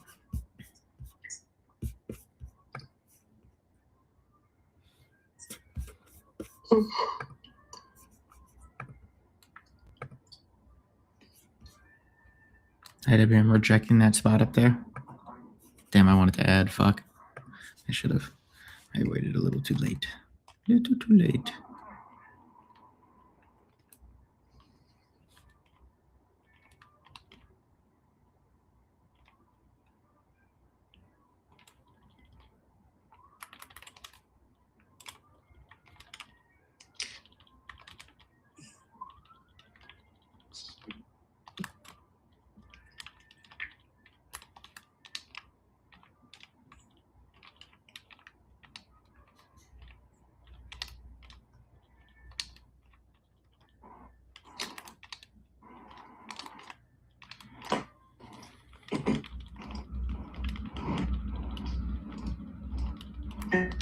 Here we go.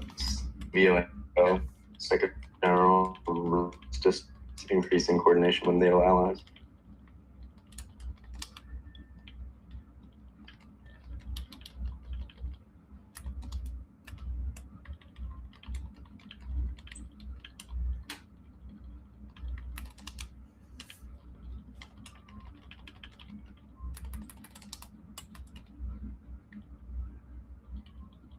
Blackstone and TPG complete their acquisition of Hologic for up to $79 per share. Company is now private.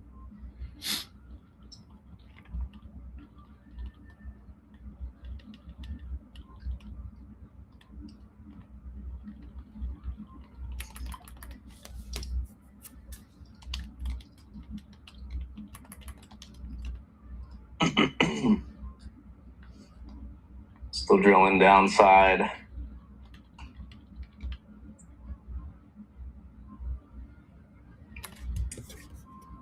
No real single reason to long, I don't think. Let's see more downside on IDubs. Mosaic said expects Q1 2026 pre-tax book impact of $350 to $400 million, including $1 to $300 million impairment due to workforce reductions at Arexa and Patrocino sites at their filing.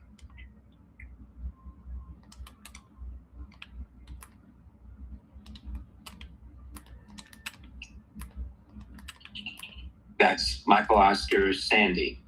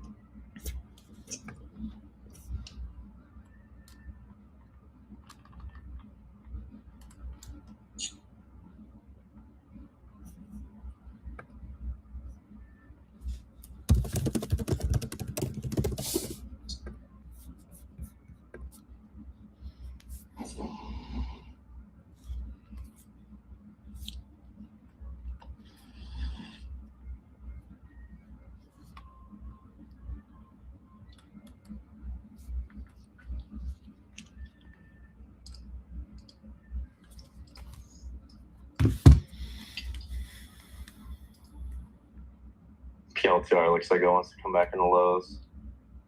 Selling off from that bounce.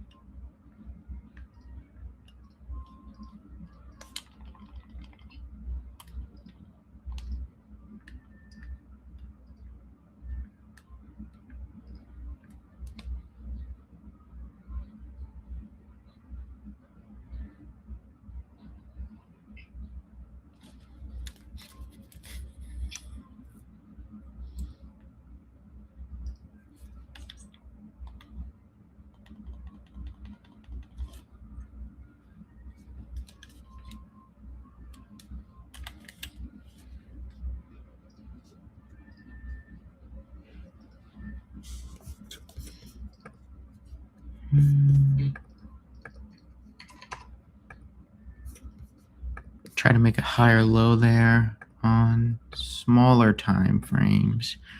10-minute inverted on the item. You got a red inverted on.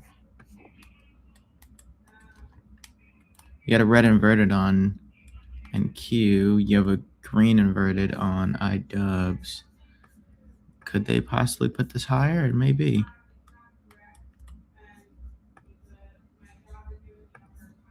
I'm going to stick in my short right now, though.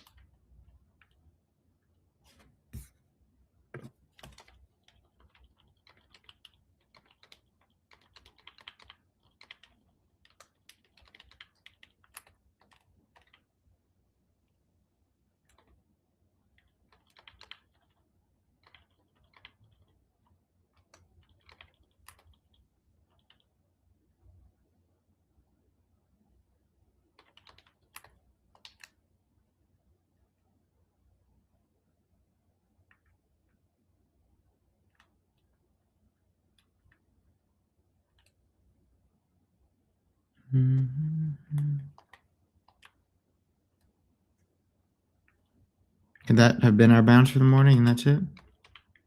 Could that be it?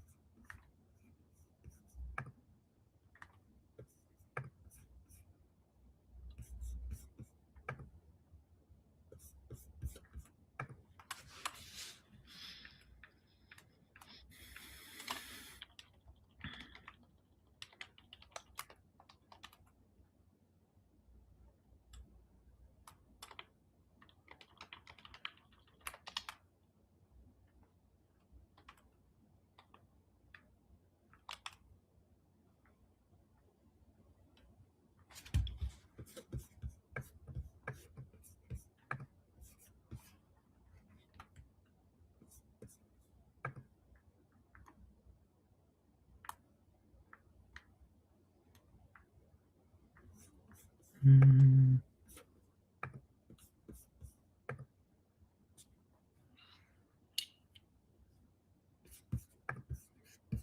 $259.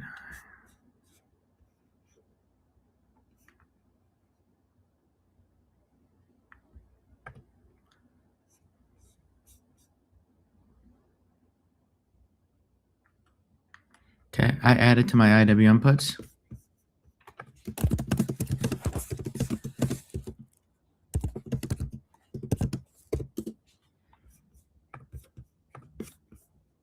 Rejecting that 260. want to see move down under 259 in the night trim. That'd be nice. Get under that spot that we bounced from about 10 minutes ago, 259.30. Get under that. That would be very good.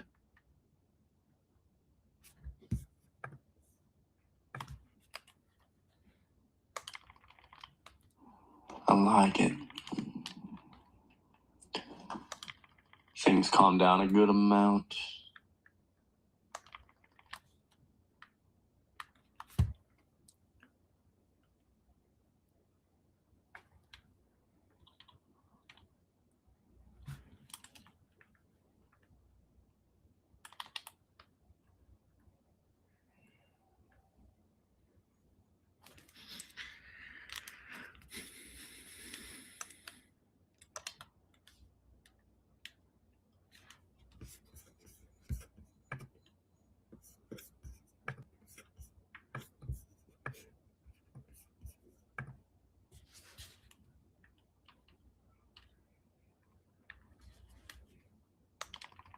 I think we saw our bottom for the day.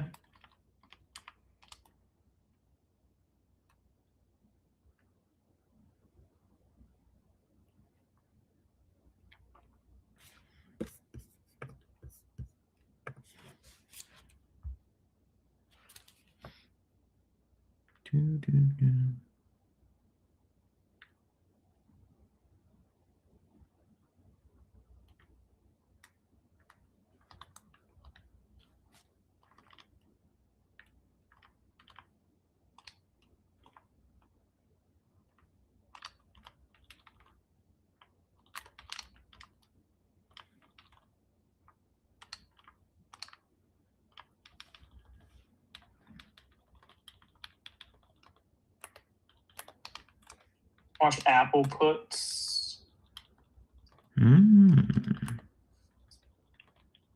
A 5-minute little break of structure, 10-minute reversal setup.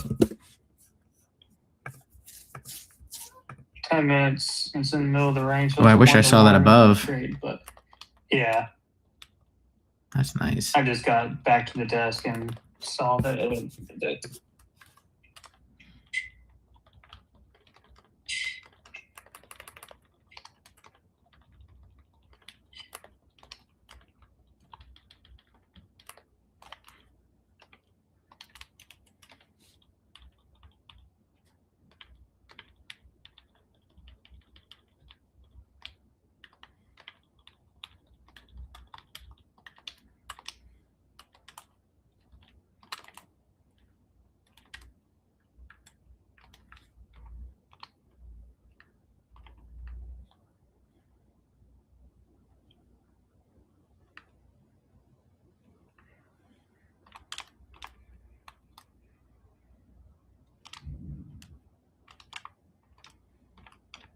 Yo, I'll be right back.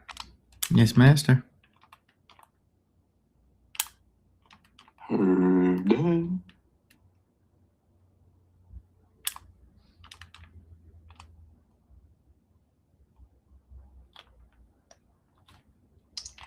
Meta down here for a bounce. U.S. Embassy in Baghdad said Iran-backed Iraqi armed groups carried out drone attacks near diplomatic facility in Baghdad airport on Wednesday. Israeli security cabinet to convene Wednesday and will discuss Iran ceasefire. Israel was unhappy about the announcement and wasn't consulted on the terms of the deal. Still holding.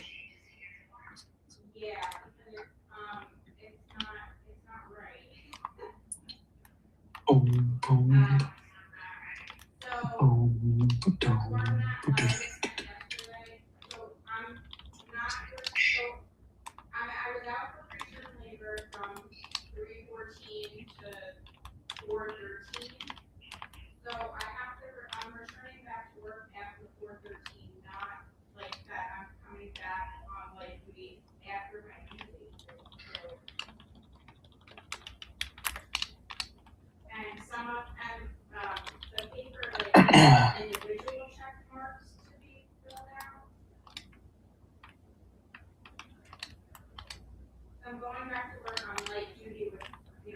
on restriction.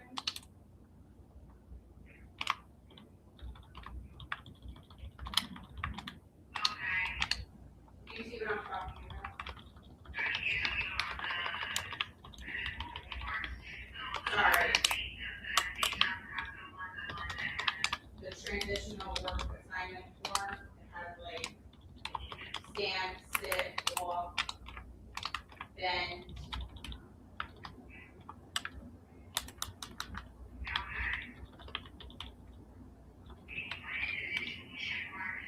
So, right, so I can tell you, like, my friend just went through this last year, she's from the same.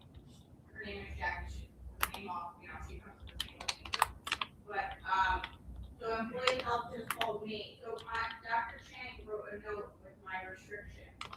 You know, I can't lift more than 20 pounds, I can't push or pull more than 20, like, so everything needs to be like,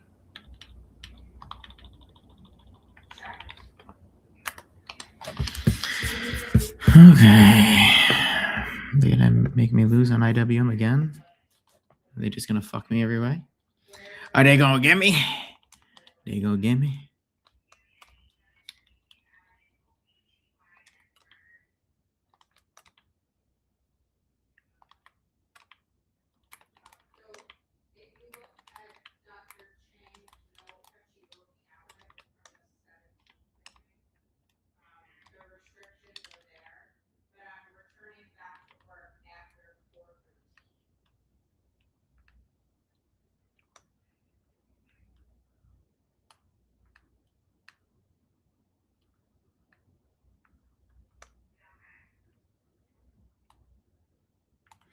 Bringing iDubbbz back in again there.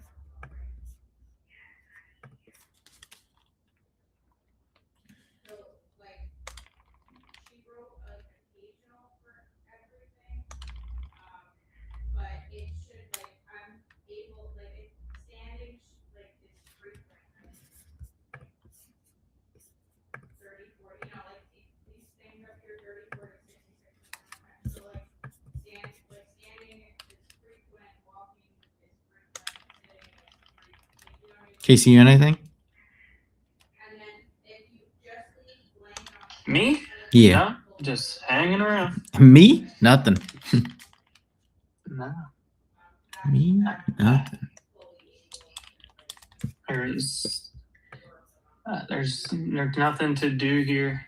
Again, I think the only thing you could have done was sell calls or potentially buy puts a week or two out and just sit in them all day. I just posted a screenshot of the net drift premiums for SPY, but I mean, at 9:50 this morning, your put premiums crossed over your calls and your volume has been declining all morning. So again, this is the reason for my thesis of neutral to slow bleed. And I just don't think it's the best trading environment to really do much. I am thinking about swinging some puts on cruise lines, airlines potentially as well. But I'm probably going to stick with my cruise lines first. We'll see. Okay. Mainly looking at CCL right now.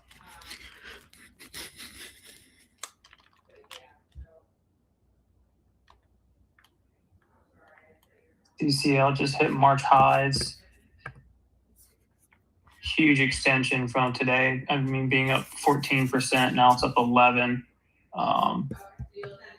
So just looking at some $27 calls for May. It's gonna be May.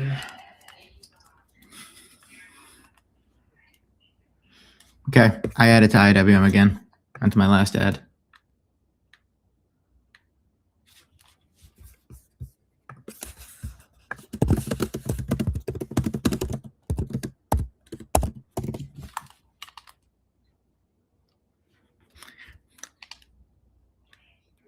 Someone asked if we think it's still going to be a slow bleed for the rest of the day. Where do I think SPX can go? I'm I think 67.30 personally.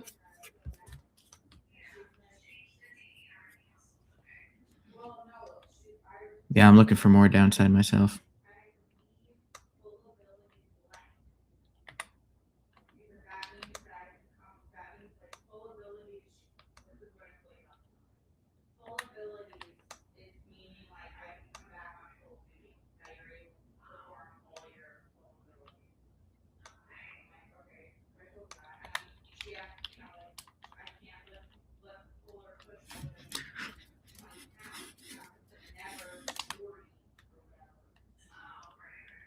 Drain it.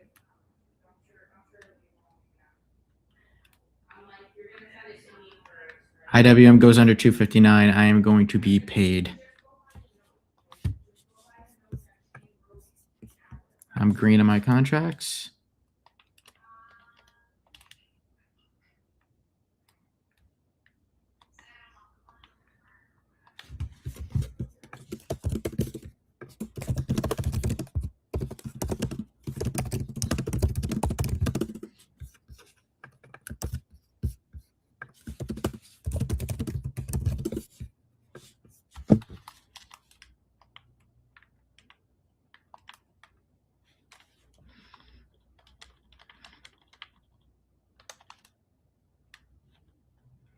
Under 259.30, IWM can die.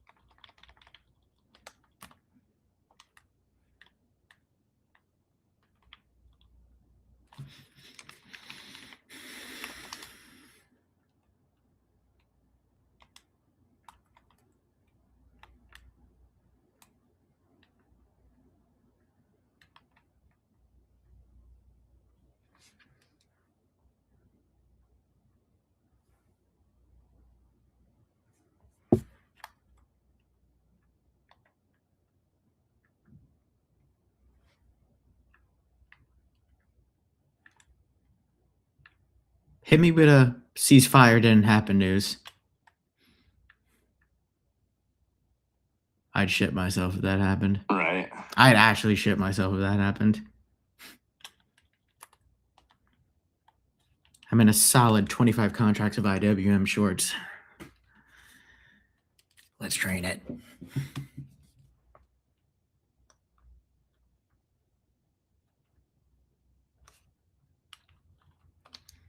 IWM would drop $2 instantly. I'd be shitting myself.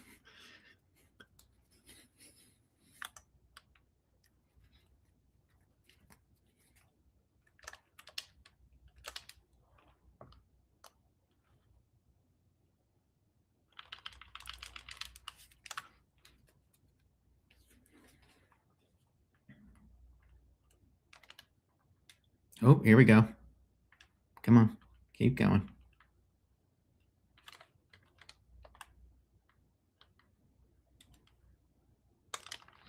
There's a 259.50 there. Right back up, though.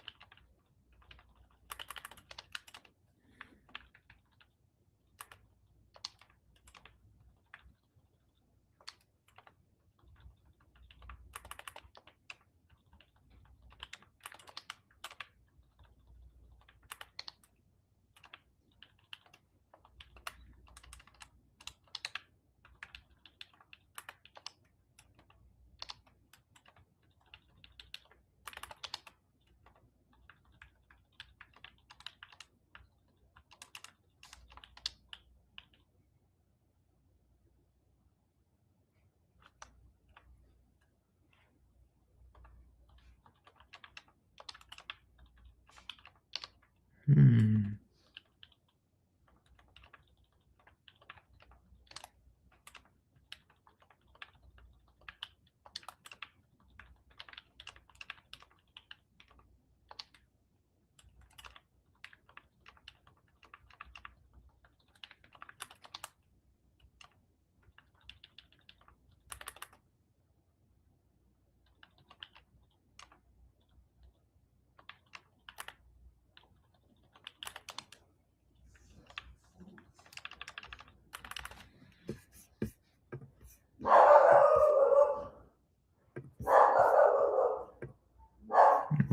got things trying to push up here. Wally World and Costco is still moving strong.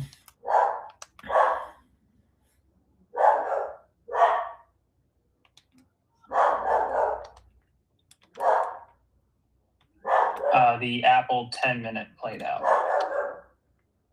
The 5-minute break of structure. I want to see it move down like 257.50 and then 257. It hit 257.37. Bouncing back to 258 now, but nice little move lower.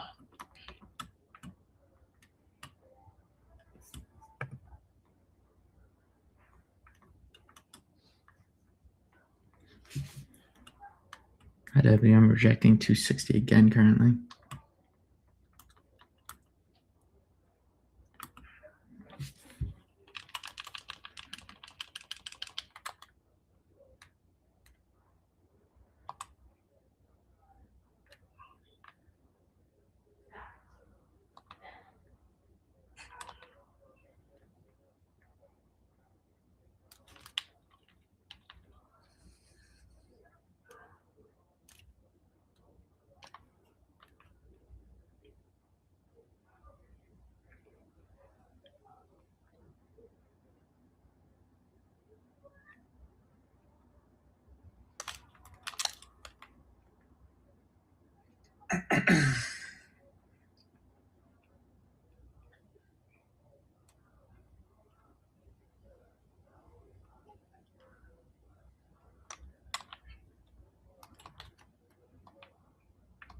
Market's trying to pump here.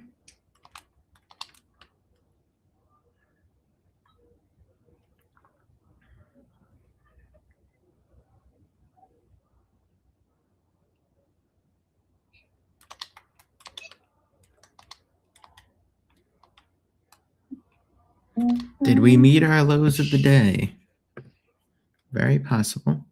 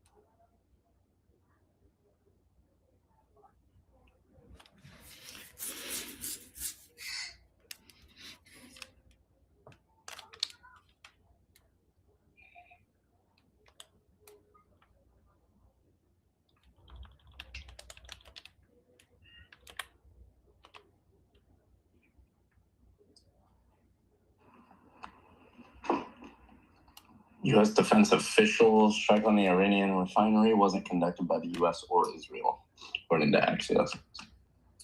It wasn't us.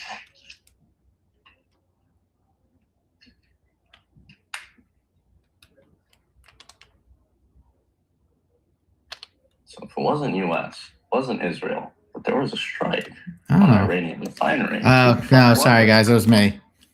Yeah. Who the fuck was it? That was my fault. Playing with my new toy. Yeah. Rip it.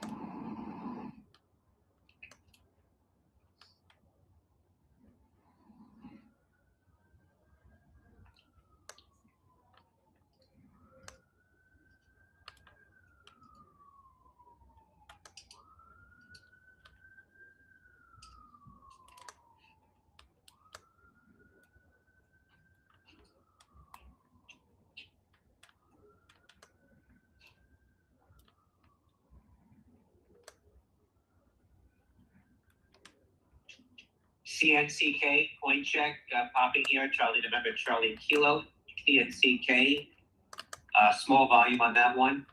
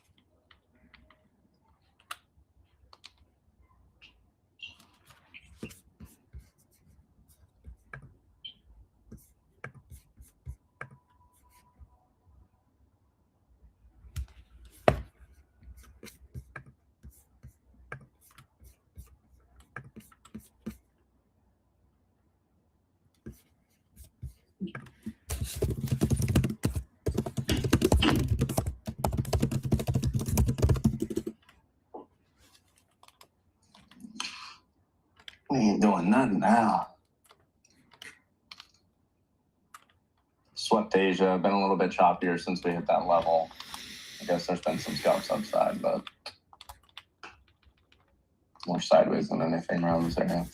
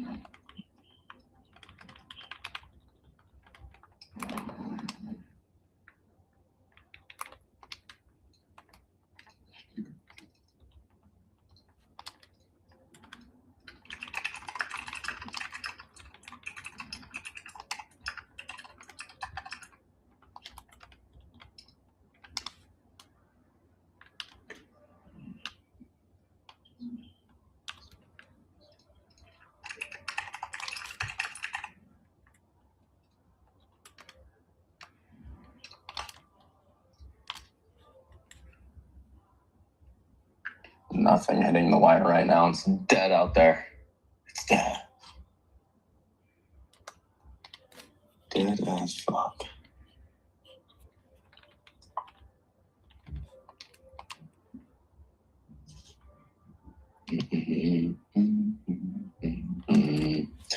What squawker is that? It's just Benzinga Charlie.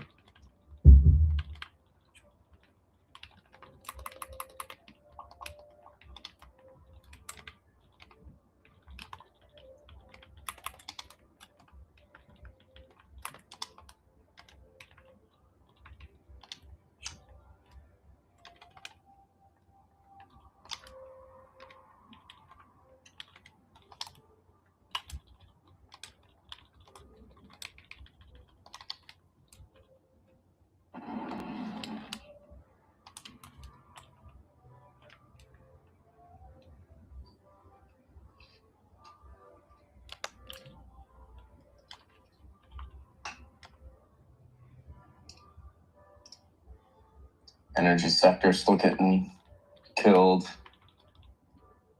Materials, the ticker Cortivo that we were talking about yesterday, CTBA, that's down. CME group down. Healthcare names are still kind of fighting to stay green. Like UNH. Eli Lilly seems to be doing good. Like Merck, Amgen. Those are all green, about 2%, a little over.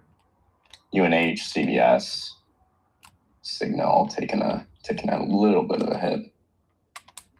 IBM's also still red. Intuit red. PLTR still down 2%. Waste management is taking a hit as well. Everything else is looking great though. Ag strong, industrial strong.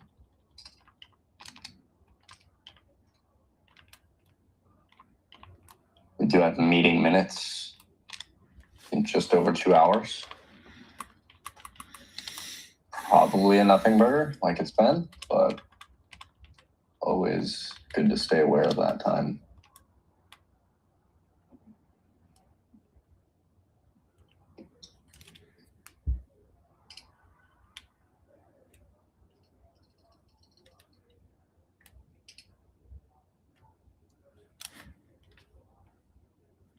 Yo, pleasure making money with you guys today. Let's do it again tomorrow. Love you. Always a pleasure, my bro.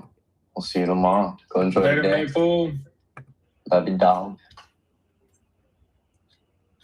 A great morning. And we got lunch coming up. Great time to take a little break. We're going to be doing our weekly yield max combo like we always do, 12 p.m. Eastern on Wednesdays. We'll be on stream after.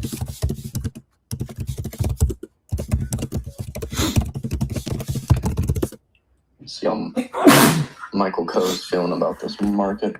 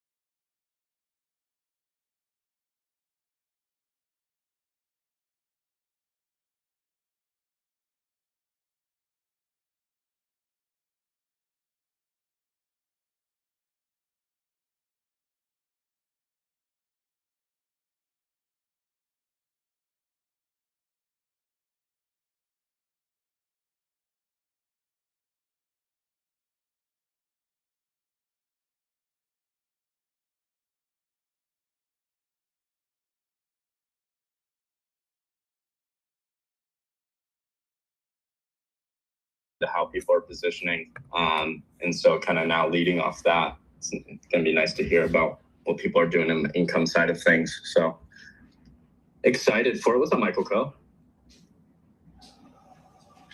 Happy Wednesday. Oh, we can't hear you. Mike might be bugging. There we are. There we go. We got you. How are you, sir? Doing good. Great Wednesday. Great. It's been an interesting week. Obviously, last night we had all the ceasefire news come out, and Iran accepted, and then things are getting hit this morning, and violations of the ceasefire are happening. They couldn't even go 12 hours without violating the ceasefire. So markets just all over the place this morning, but obviously a crazy gap up. I think at the peak, Michael Co, we were on QQQ down only 4.4% from all-time highs, and on SPY you're down only about 3% from all-time highs. So just crazy to see how fast things can change when it's kind of a man-made problem, right?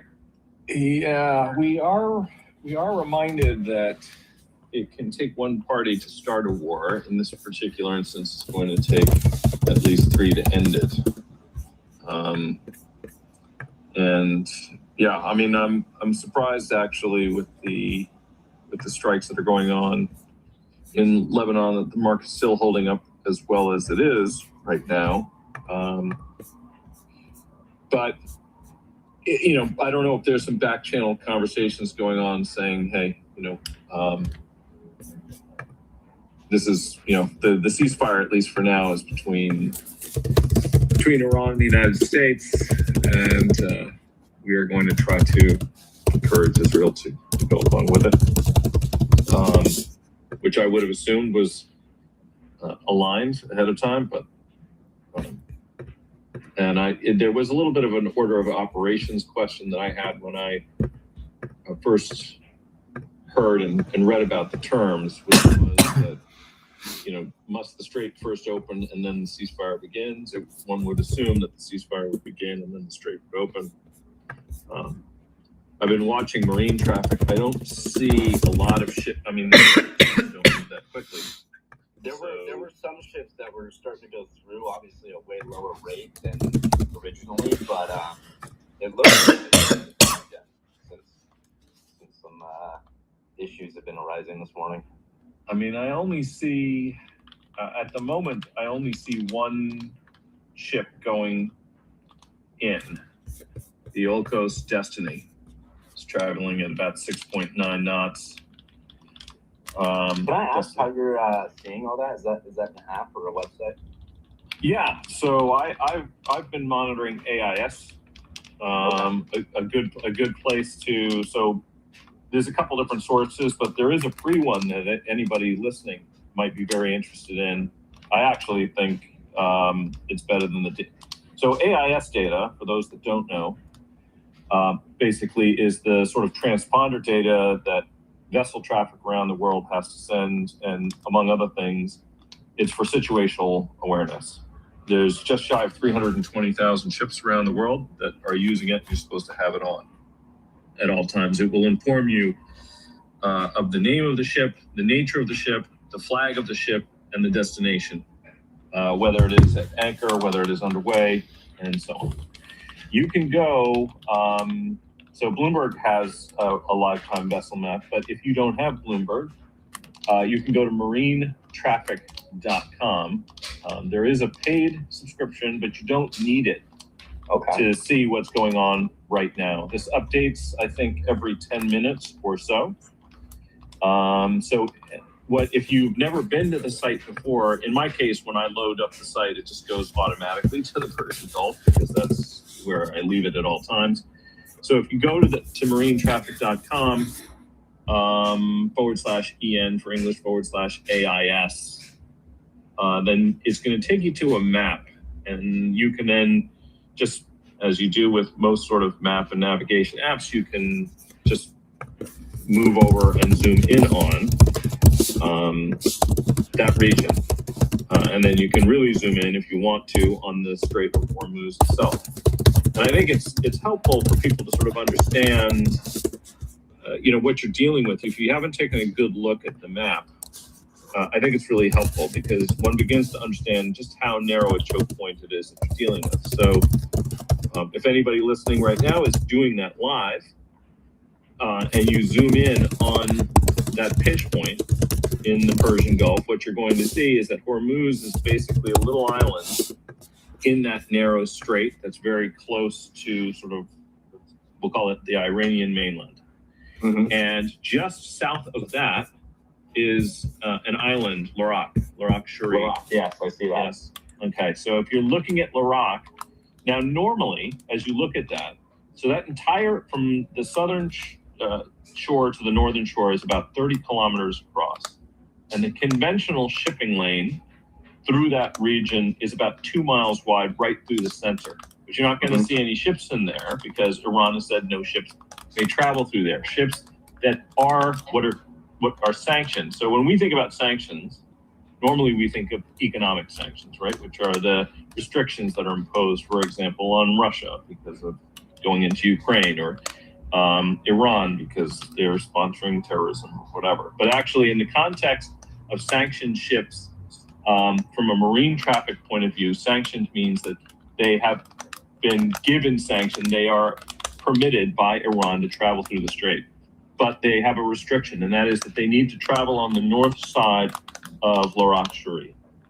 And if you look at the region right now, probably all you see are 2 ships exiting the Gulf, going from the Persian Gulf into the Gulf of Oman, right? You probably see that. So there's a ship called Hai Long, which is destination Sohar, Oman. That was they sent out basically an AIS signal about an hour ago. There's another one, NJ Earth, which doesn't have a destination actually logged in. That's about 3 hours old. And then you see going towards Larak, the Olcos Destiny, which is destination Brazil. And then you'll see, if you back out, you're going to see a lot of just dots. And if you look at those dots rather than arrows, most of those ships are moored or at anchor. Now, also helpful, if you're trying to sort of understand what's going on in here, is not just to see what's moving, but also just to get a sense of what is normally going through the region. So you can also get marine news. And let me just get you that. This one. So if you go to, if you just Google marine news, you can go to the same site, but let's see, marine traffic news. So you don't want to go to marine traffic itself, but I think it's marine news. I had this one in my bookmarks, and for whatever reason, I seem to have misplaced it. Where did I put that? What that's going to show you is they give an update on the Strait of Hormuz each and every day. And it has a transit monitor. And in that transit monitor, it lists all of the ships that have been attacked, the date that they were attacked, their IMO number, the type of vessel it is. And then you can see the number of vessels that have crossed the strait since March 1st. March 1st being the first day after the initial strikes on the 28th. I think 29 ships transited on that day. 6 were sanctioned, that is, given express permission by Iran to transit. 5 were shadow, and then all the rest are marked in gray. And what you can see is just how sharp the drop-off has been. In fact, at no time since the first have more than 7 ships that were not sanctioned by Iran to have transited the strait. And that's a big, big drop-off from what normally would be going through there. And this is a real issue, of course, because we tend to look at commodity prices by looking at things like futures. But in certain regions, there are meaningful shortages. And a significant portion of the energy that transits that strait each day is bound for Asia. So you can look at prices for West Texas Intermediate crude. That doesn't necessarily convey just how stark or dire the situation is in terms of a regional supply shortage for, say, jet fuel, or jet and kerosene, crude, or LNG, because that situation's getting pretty bad. Yeah, agreed. I'm curious, when you look at these dips that happen in the market and you start hearing, like, even people last week you start to hear people say, oh, we're getting into the bear market time, right? All these things. And I haven't been around that long, of course, but from what I've seen in the markets and just being around for the time that I have been, it seems like it's extremely difficult for the market to really get into a bear market, quote unquote, unless it's a real problem with, big tech companies having poor earnings, right? Like real issues versus just like war happening, right? This is all uncertainty. And what I mean by this is, like, you look back at tariffs, you look back at COVID, and it's like we rebounded so unbelievably fast from those areas. To me, it's like until we have real issues with the underlying companies that are holding this market up, I don't see this market actually going into a true bear market. Like even with all this uncertainty and craziness, right? All it takes, I mean, you see it this morning, all it takes is one ceasefire, right? And the market's back up to just 3% off all-time highs. And so to me, I don't know. I'm curious on your thoughts there, Michael Coe. Do you have any like counter thoughts to that, or do you agree? I'm curious.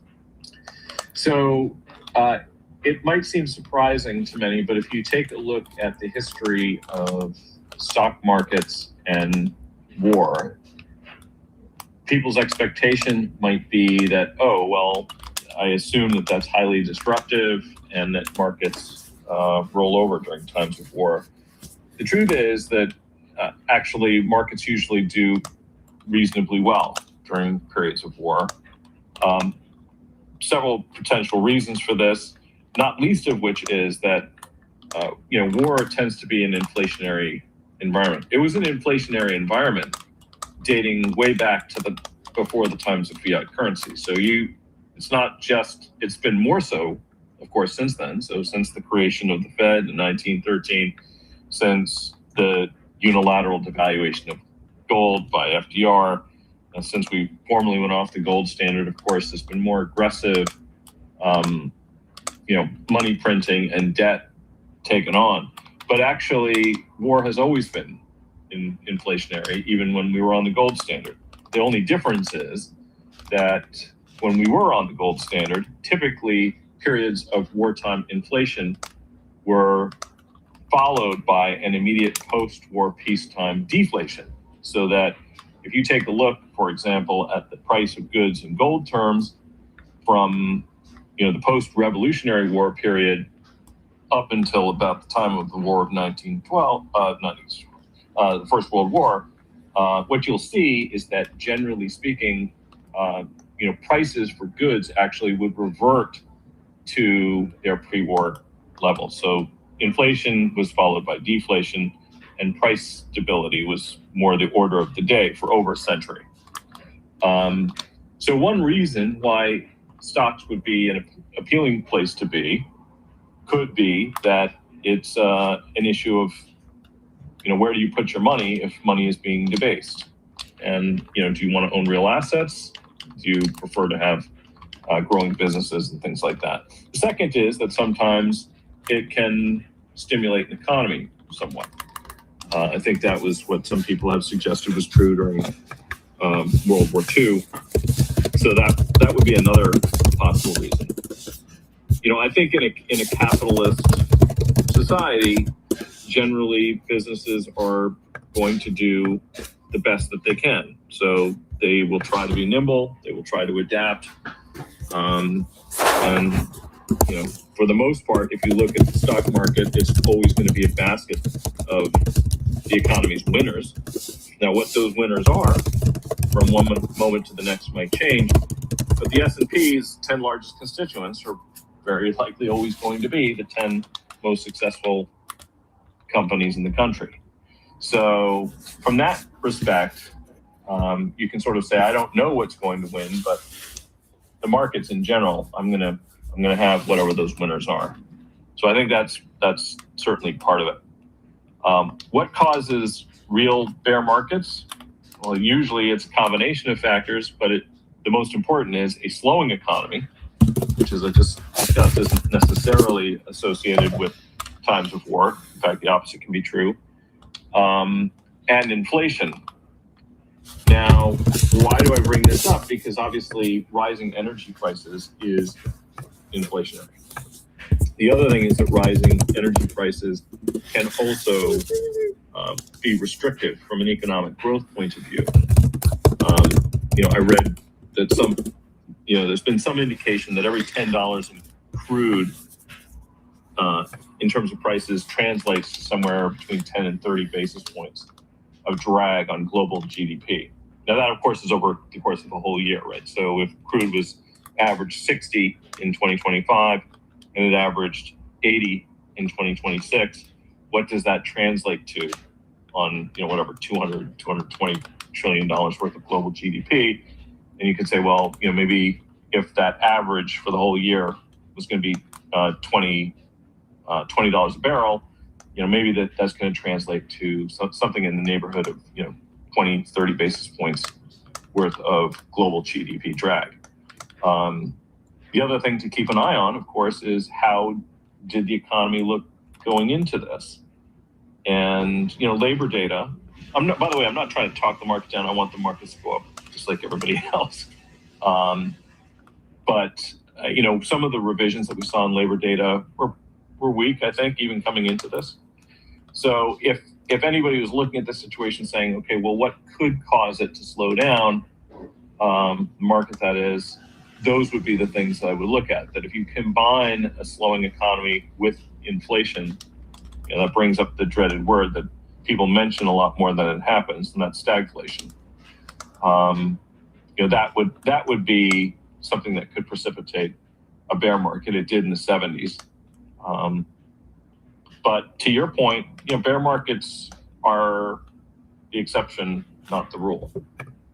So, that's one of the reasons why I think that people keep talking about them happening a lot more often than they actually do. Yeah, I couldn't agree more. I appreciate the breakdown there. And I'm curious, with all that said, over the past week, how has all this craziness been affecting distributions? It looks like Chippy did pretty well this past week. Ulti as well, maybe some others. I'm curious, do you have any thoughts there? Yeah, higher implied volatility in general is going to mean that, all else equal, we're collecting more for the call spreads that we're selling on the single names than we would otherwise, and that they are going to have a little bit more upside, which is really important, right? Because you get days like today. That's the kind of environment we're in where, we're looking at these 150 handle moves in the S. And if you were just selling upside calls rather than call spreads, you might, be formally capped. But also with the higher implied volatility, the short strike is typically going to be further away from the spot price for the underlying, and the amount of premium you're collecting for it is a little bit more. I will say, and some may have noticed this, that Ulti had a small allocation to some triple Q put spreads going into this event yesterday. Ulti is net long underlying stocks, and one thing that would happen if we didn't reach some form of an accord would be that obviously equities probably would have sold off and correlation would have risen. And because we're collecting more premium for the call spreads that we're selling or the calls that we're selling in some of those stocks, allocating a small amount of it to a little bit of disaster insurance made sense. And that was, I think, in the neighborhood of like a 5-to-1 payoff. So the idea was, if the news is good and there's a ceasefire and the strait opens and the market rips, we win. But if for whatever reason, some of that rather, I don't know how else to describe it, but dangerous rhetoric that we were talking about ahead of time that made it look like maybe things could worsen before they got better. Some short-dated, relatively tight strike out of the money put spreads could pay 4 or 5 plus to 1 and mitigate some of the downside. So in that way, you can think about it this way. If you are short options on single stocks and you're long on index, what happens to correlation when the market declines? It usually rises, right? So you're sort of embedding a little bit of a conditional correlation hedge into the portfolio. I see we got Dan up on stage too. Good to have you, Dan. Yeah, thrilled to be here, and I was kind of proud of the team for doing that trade. In that, adding a little production at that moment, just if the price was right, made a lot of sense to me. Yeah, actually, it was a point that Scott made that I thought was really interesting. He was looking at the price of, Triple Q and SPY. Obviously, that would translate to NDX and SPX straddles for next week. And, we were rather surprised that they weren't more expensive because it seemed pretty clear that, a move of, 100 handles in the S would happen almost certainly one way or the other in just one day. And those things were trading it close to a break even, and you had 5 days to go if you were choosing next Monday as your hedge, which is what we had on. And of course, a lot can still happen. That's the other thing. I would call the situation very tenuous, even with the with the ceasefire. I think it's a very strenuous situation here. I assume that's probably everybody else's view as well. Oh yeah, I mean, it's just you never know if what you're seeing on the wire that comes out is really, really true or happening right now. It's just it's craziness. But I'd love to get over and see if Ms. Roundhill, you have any thoughts on some of the funds that have been affected this past week. It's been crazy in the market, so curious if you have any questions for Michael Coe here. So we were talking a little bit about implied volatility being elevated, but have you how has realized volatility affected our premiums that we're collecting from YieldMax? So implied volatility is the price of options. So realized volatility affects how much the underlying stock moves around, but it does not necessarily affect the price of the options. Implied volatility and the price of the underlying stock at the moment that you trade the option are the determinant factors in the price of an option. Now, that's not to say that realized volatility doesn't matter to somebody who is trading options on an underlying stock, whether you are buying them or selling them. But probably the way to think about it is this: if you sell an option just at the moment that the stock dips violently because it's swinging around wildly, even though you got a higher implied volatility, and then it ricochets back, and you're not doing it on a delta neutral basis because you have either a proxy for or you own the underlying position. In any case, it becomes a bit of an execution, like a timing execution risk issue, but it doesn't necessarily have an impact on the price of an option. So if you look at the variables, the inputs for the price of an option, realized volatility is not one of them. Realized volatility, as you look forward, ends up helping one sort of look back and say, okay, was that a good sale or not? If I sell implied volatility at 20 and the market realized is 50, now it's possible that options trade could have been profitable if this stock went in the chosen direction. So I own stock ABC, sell a call on it at 20 vol. It realizes 50, but the stock goes down. In that case, I still collect the options premium, and maybe I wished or feel like I should have gotten more for it, but no harm, no foul. If the stock goes higher at a rate of 50 volatility realized, that means that it's moving much more violently than the options markets had anticipated ex ante. And so, it's the way to think about implied versus realized is how good a deal did I get when I bought or sold my option relative to what ended up happening between the time that I bought or sold it and the time that that option expired or I closed it. I hope that helps. Yes, I just, because they say that during when there's a correction, some of your best updates are right afterwards.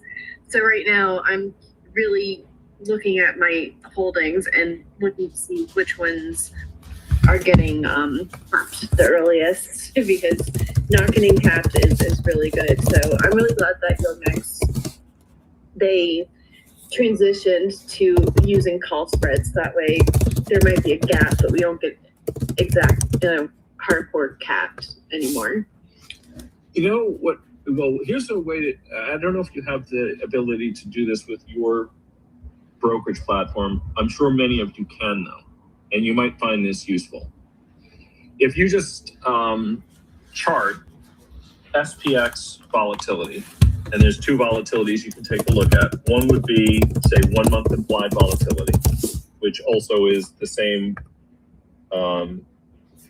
sort of options that are being used to calculate the VIX. Now, the VIX methodology involves a strip of options, a weighted strip of options, so that you essentially create what's called a synthetic variance swap. So you have kind of a constant beta exposure. But a 30 delta 1 month put in SPX is probably going to be pretty close to VIX implied vol, just as a rule of thumb, as a simple heuristic.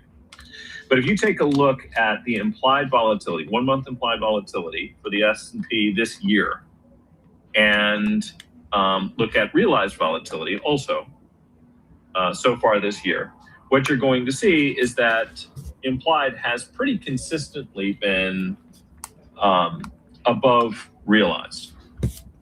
And what the difference between those two is basically the volatility risk premium.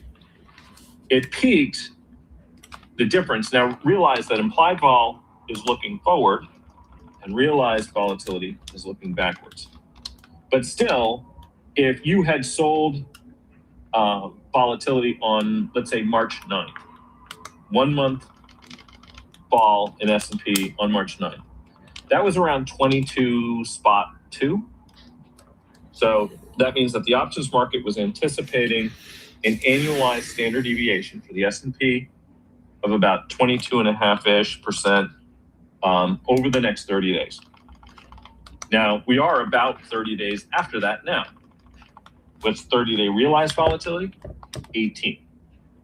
Okay, so what that says, if you had just sold vol, hedged your gamma, delta neutral, you should have realized about 4 clicks in terms of vol over that time frame. So, and that from an option seller's point of view is what you like, right? Because then you say, okay, I got a good deal by selling options, because the market was extremely anxious and it did move around much more than usual. So 18.2% realized volatility is high, right? To put things into perspective, the average for the last year was 15.7, inclusive, by the way, of the last 30 days. And that's also inclusive of sort of the tariff tantrum, right? So there's some violent moves in there. If you excluded the really violent moves associated with the tariffs, so if I said, okay, well, I want to look at the implied volatility from, June 1st of last year through the end of the year, the number would be substantially lower. Then the mean volatility is about 13.7. But the hope is that the volatility risk premium for an option seller, what you're expecting, what you're hoping, is that there's going to be a volatility risk premium, that people are going to pay a little bit more for the insurance that options provide than they actually realize in the real world. Just like when Geico sells car insurance, they're not expecting the claims to be zero. They're just not expecting them to add up to as much as they sold the insurance for less their expenses, their operating expenses. And the difference is their profit margin. And an options trader usually thinks about things much the same way. If insurance is way too cheap, then you're going to be a little bit more judicious about how you sell it. But even net of everything that has happened over the course of the last month, there has been a pretty persistent volatility risk premium in the S&P and in a lot of other places.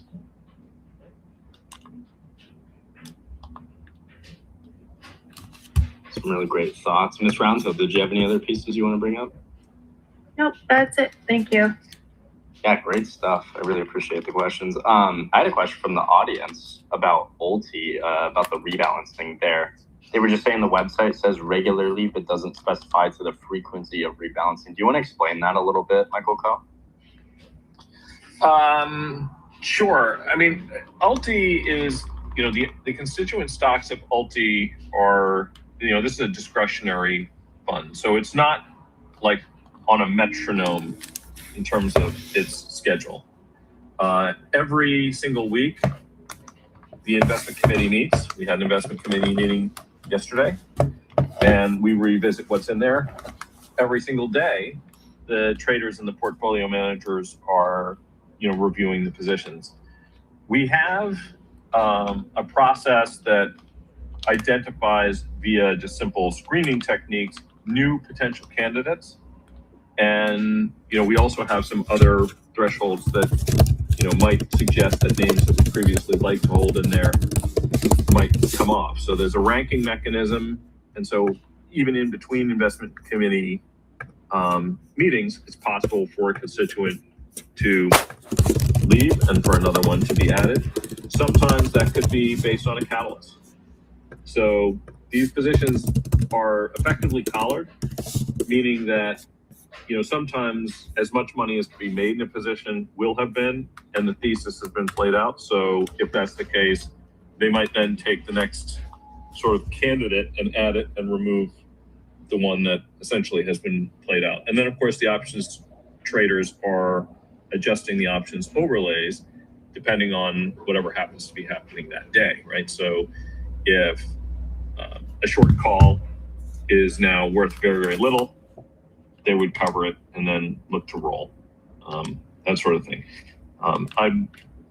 Dan is red dotted on our team, so I don't know if he's still listening in here. Oh, I'm active. If you are, okay. Yeah. Good.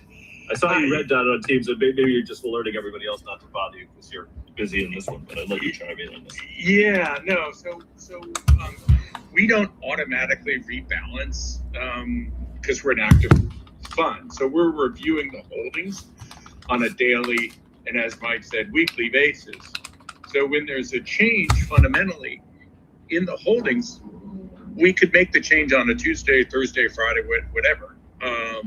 So it was a great question because I think sometimes people think that ETFs are passive.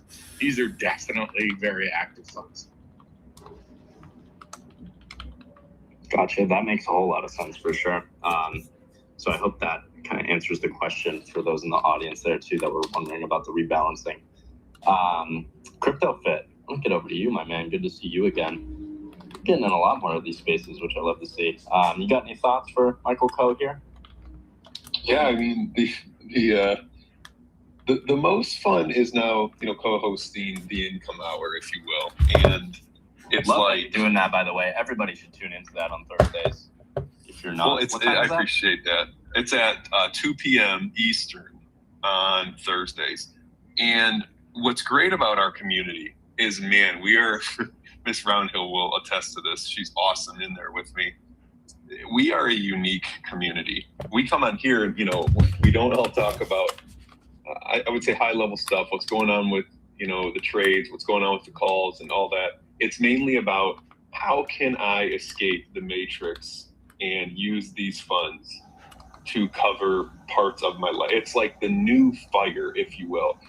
And I know we as, I could call it influencers, have a responsibility not to give financial advice, but to give financial motivation, inspiration, and past experiences. And I just want, the question for Dan or Michael would be, that's what a lot of these people are seeing and doing, right? And the clearest way to look at it is you need to understand the underlying, know, like, and understand what you're invested in, right? If you're a crypto person, like I am, I know, like, and invest during times where I know is a good time to buy, and I can buy the income funds. But is the best conversation to have with these individuals to realize that this does need to have a little bit more careful of a strategy behind it, meaning maybe you are looking to build a big position. It should be in something maybe like a Biggie or, one of the 0 DTE type funds where you can just build that over time. And if you use a vehicle mechanism like Alti that produces a lot of income, you don't always have to reinvest back into Alti, but you do need to consider reinvestment period, right? So maybe you're reinvesting Alti back into Biggie. And once again, we're not giving advice to these people, it's just conversations. But do you guys have any, like, if you're a person with a $250,000 portfolio, are you building your base, your Biggie base, or are you actually trying to be a little more risky? Or how would you use these funds if you just had $250,000 and you were trying your best to maybe pay a couple bills? Are you allowed to say that? I might have said all that. You're not allowed to say anything. Dan, you want to address that? Then maybe I can chime in. Oh my God, I'm like so afraid to respond to that. Okay, make it up. Like, so it's a theoretical book, right? You're writing a children's book, and you want to explain to children how to do income funds, right? I actually wrote a book on it on AI, and I was like, it's called The Income Robot or Machine, and I read it to my son, and he was like, Dad, shut up. But it's a good way to get going. Listen, I think depending on the market circumstances, where volatility is high, these are a way to capture that income, right? And that's a wonderful thing, right? You're getting paid to wait, and they may end up being like some of these funds. They're how do I say this? Okay, so I'll be more direct. There are certain funds that I'm involved with where there's a lot of overlap, right? But in the case of the Yield Max product, I get that some people are disappointed that there may be upside that's capped, but the benefit of that is you're getting the income. Whereas if there's an overlapping fund that I'm involved with that doesn't have the cap, you're going to end up getting a lot more upside, but a lot more volatility, which can be very scary. So to me, the way you should look at these funds is you're getting the benefit of that income stream, and that's why you want to be invested in them. And you mix them with some of the funds that might be able to go parabolic in the space. I hope that makes sense. I would quickly point out one thing, which is that, of course, with the single stocks, the upside is reduced but not capped, right? So if you have a really violent upside move, think AMD, Nvidia, tail end of last year, Q4 25. Probably you're not capped. You'll probably see something in the neighborhood of 70 to 80% of the upside. The way I think about this is that there is one's investment portfolio, which is what is my exposure to equities, what is my exposure to income producing equity strategies. For that, you're looking for diversified products. So that could be something, Biggie would be an example. Biggie has the top 50 names in the S&P, and it's the underlying stocks are going to behave a lot like that. Quad D has the same underlying constituent stocks as the Dow Jones Dividend Index, 100 stocks in there all paying dividends.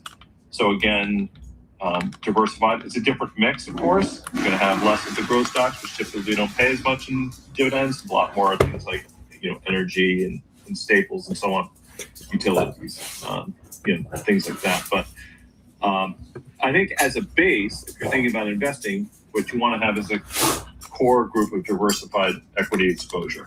I think that's sort of a launch pad, right?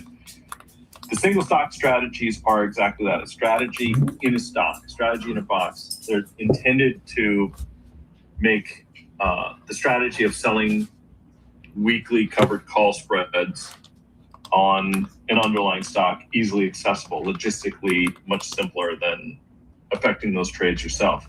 But when you do that, you need to select them, as you just said, the way you would any stock. Is this an opportunity to get into it? You mentioned that you like crypto. Maybe you like Bitcoin. Maybe you like MicroStrategy. The market doesn't always like those things, though.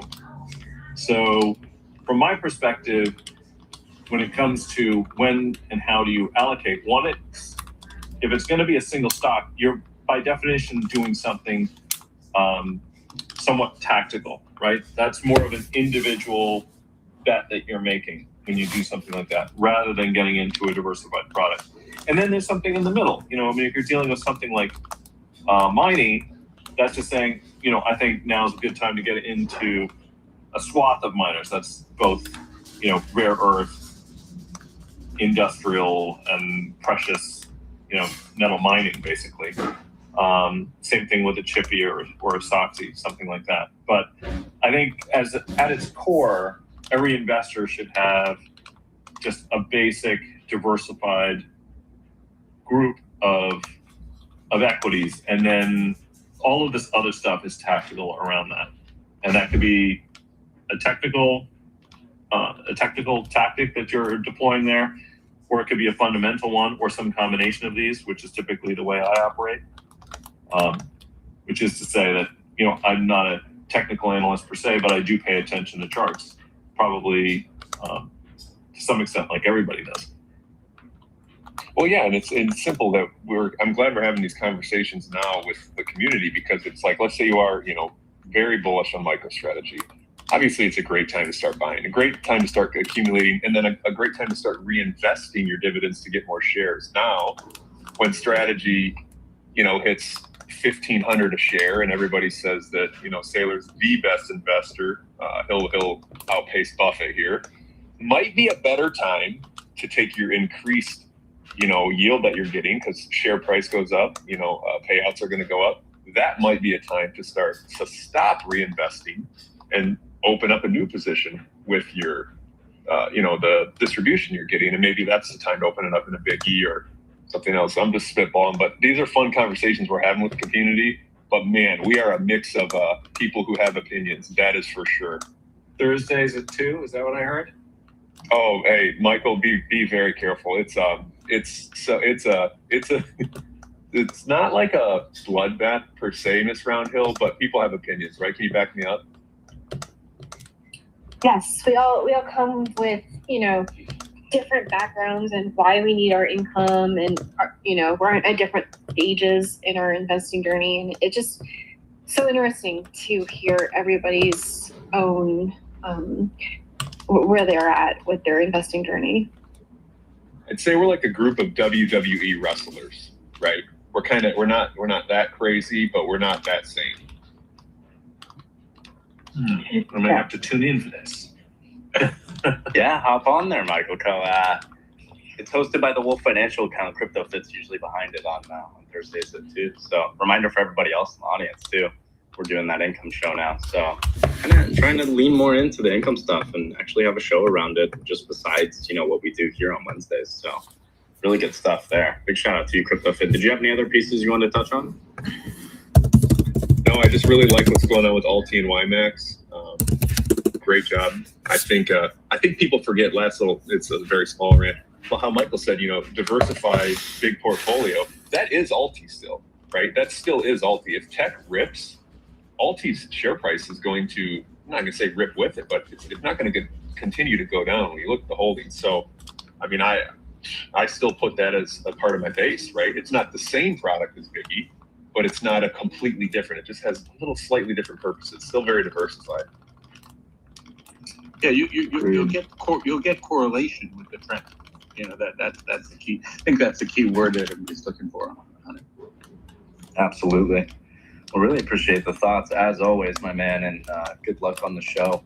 I'll try and tune in for more of them. I know I was on the first one. I'm gonna try and hang out with you guys a little bit more on that and support everybody. Let's get over to dividend millennials. I know we have 2 dividends up here. We'll get over to you, Ken, as well. But I want to start off with dividend millennial. and see if you have any thoughts on the conversation. I know you mentioned you don't trade yield max funds too much, but just curious if you have any thoughts or questions for the crew here. If you want to add in any thoughts that you have on the market here, I'd love to hear that as well. Yeah, no, thanks for having me. And yeah, Mike and Dan. So, you know, usually when trading options, I feel like 1% to 2% a month is probably something that you can really attain. It's out there. There's always opportunity for it. And, you know, when you have funds that are paying out 50, 70, 80%, my thought is you guys said, oh, upside's capped or it's not necessarily capped or reduced.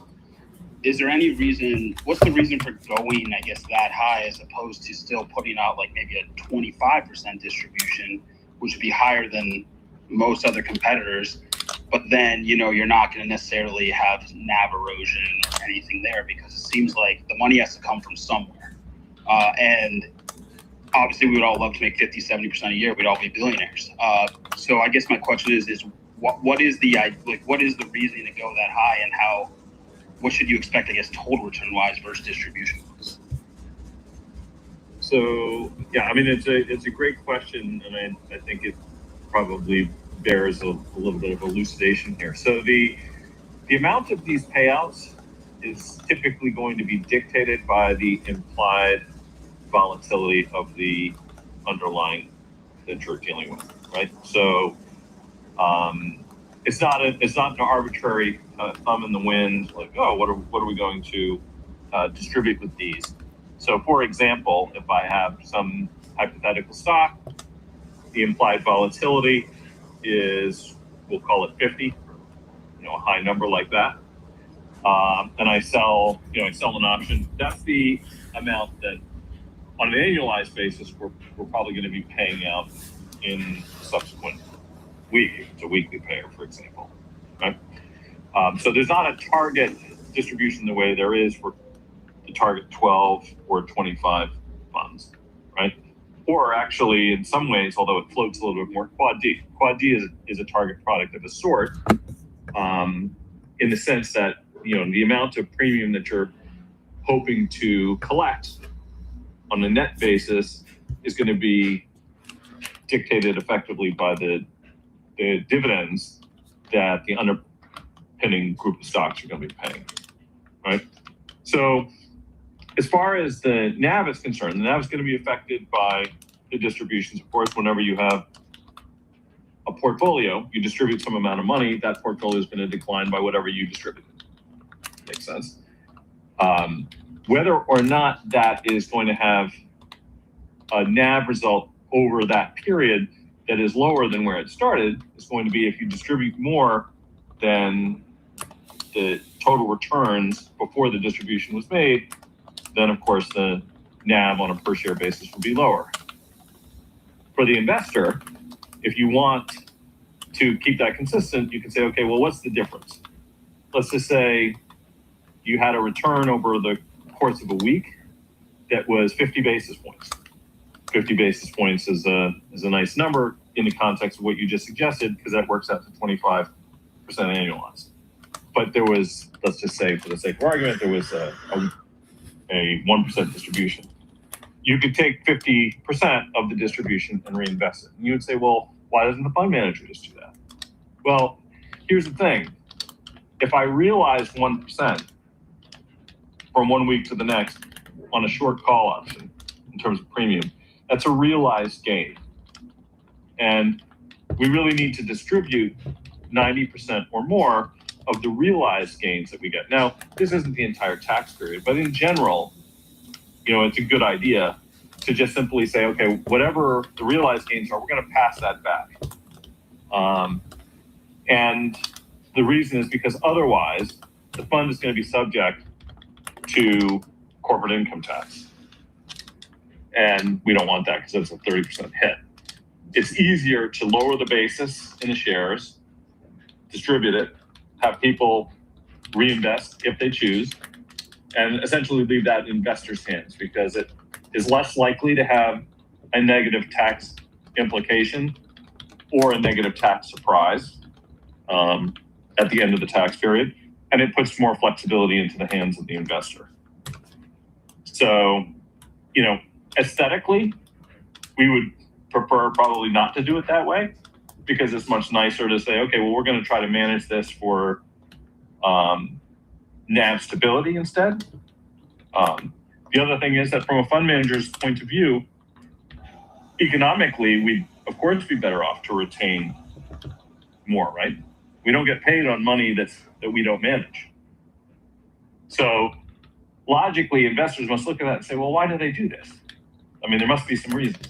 And there are, right? Those are the reasons. One, it gives more flexibility to the investor. And two, there are tax implications that may be at work there. And then, of course, the final thing is, and this is the unfortunate reality, of course, investing in stocks in general, which is that stocks don't go up all the time. So if you're looking at a stock like Moderna, which has had a great year so far this year, certainly it had a very miserable time in prior periods. If the underlying stocks that you own are declining or declining fast, then your NAV is going to go down, of course, because that, those stocks just simply aren't doing well. Strategy didn't have a great 2025. Neither did Moderna have a great 24-25 period. So, all of those things are going to go into it. But we are at this point, and I think Quad D is probably the best example, looking at very conservative options overlay strategies that have quite modest option premium targets and are focused more on sort of longer term capital appreciation, as much qualified dividends as those underlying stock would normally have for those to whom that applies. But a little bit more income because, frankly, 3% dividend yield, 3.5% dividend yield, for many people who are investing in things so that they can actually deploy that income is probably not enough.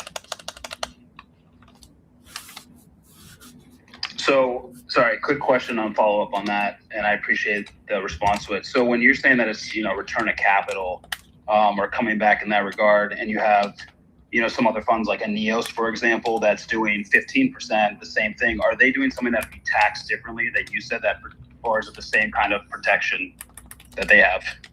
So all of the, I'm not going to speak to anybody else's fund, but I'll just speak generally to the lay of the land. And that is that to be a pass-through entity, you need to distribute 90% of your realized gains.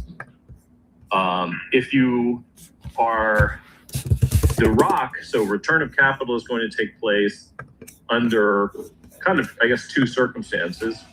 But one of those could be that you might have unrealized gains. So is it possible to see NAV go up and to have a ROC distribution? And the answer is yes. And we have seen that happen. That's when underlying positions rise in value. You don't realize those gains.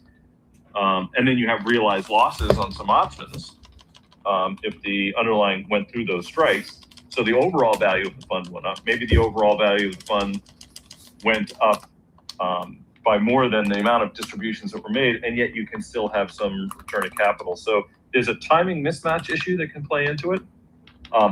Other managers also are deploying other types of strategies sometimes. On the single stock strategies, ours are pretty straightforward. We own a proxy for the underlying stock. We are short dated call credit spreads against that. If the underlying positions rise for any given period, through the short strike of the call, you cover the short call, realize a loss on that, but you made money on the rest of your position, but you don't realize it for the period. That would be a return of capital, that distribution. And you can have a similar situation where you can actually have something that's not a return of capital and the underlying position went down. I own a stock. I don't do anything with that position. Stock declined. I sold a call, collected $1 for the call. I distributed $1. That could be income. So, all else equal, investors should know this, which is that for most investors, the better circumstance in terms of classification of a distribution is going to be return of capital because it lowers your basis. It doesn't create an immediately taxable event.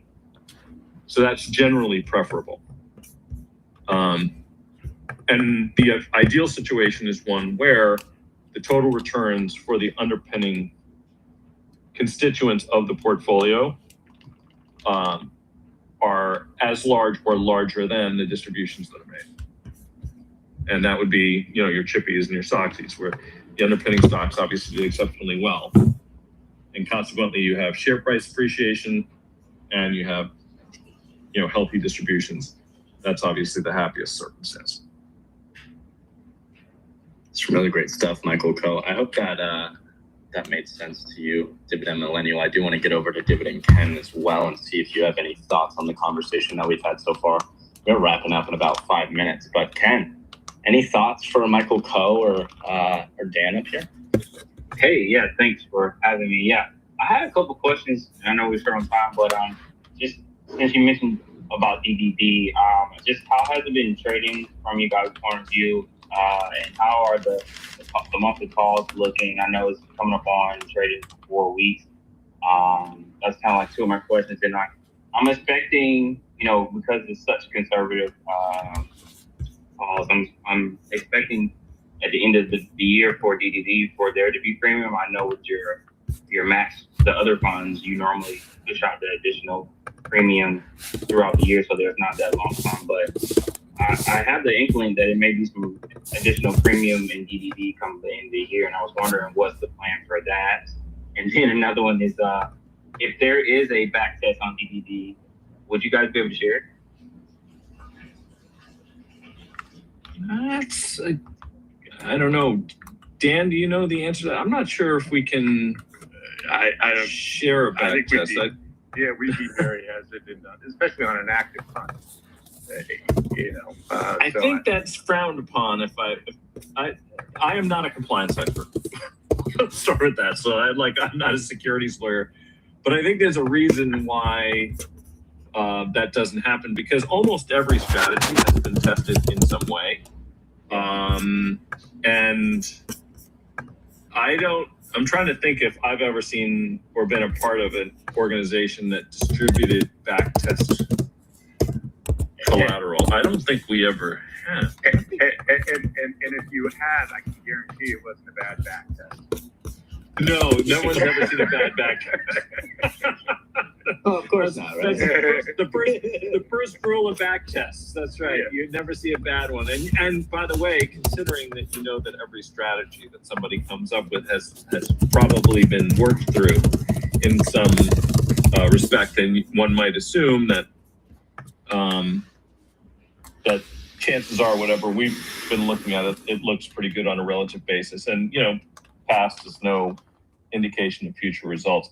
What I would say is that for those who are interested in Quad D, take a look at its performance and total returns relative to the S&P, relative to the Qs, relative to any product you want since its launch, which is very short.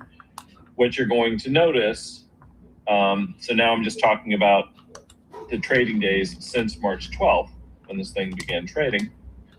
That this is a pretty stable basket of stocks, right? So I think the peak to trough drawdown over that period for the S&P, I'm just going to quickly do this calculation, see what it looks like, was, what is that number?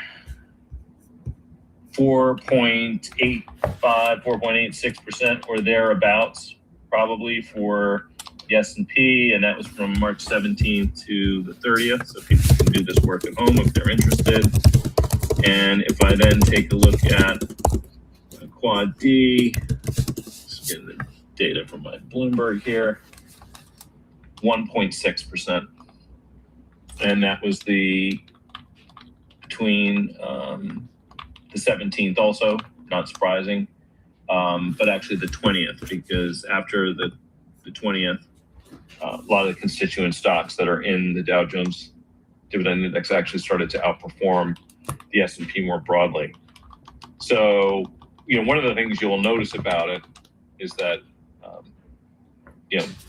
it has so far been, considerably less volatile. And, that is kind of the history for that index. And that's kind of what you would expect, right? I mean, the big dividend payers are not the big growers. They don't have tons and tons of beta, typically. Again, that's no guarantee that that's the way the future will play out, but I think that it is behaving the way we expected it would. And from our perspective, that's a good thing. Nice, thank you. And then just, I don't know if I threw it in there, but moving forward, are you expecting, SCHD have that CAGR roughly 9%, 9.5%?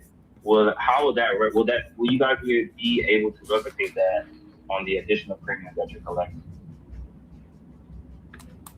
9.5% on top of the objective here is no.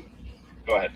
I was saying, so SCHD's 5-year CAGR dividend growth is roughly about 9.15%. I know you guys went from holding 16% to 13% of SCHD directly on, but on the additional premium, just moving forward, I guess overall, yearly, do you expect that you would be able to replicate that exactly? So, SCHD, I would expect as the assets grow in Quad D for SCHD as a constituent of the portfolio to decline. And why is that? So our objective is to hold and to replicate the Dow Jones Dividend Index stocks. When the fund is a little bit smaller, there's 100 stocks in there. They are not equal weight. And that means that some of the very smallest constituents in there, we need to have at least round lots to trade options overlays. I'm sure that makes sense because options contracts represent 100 shares.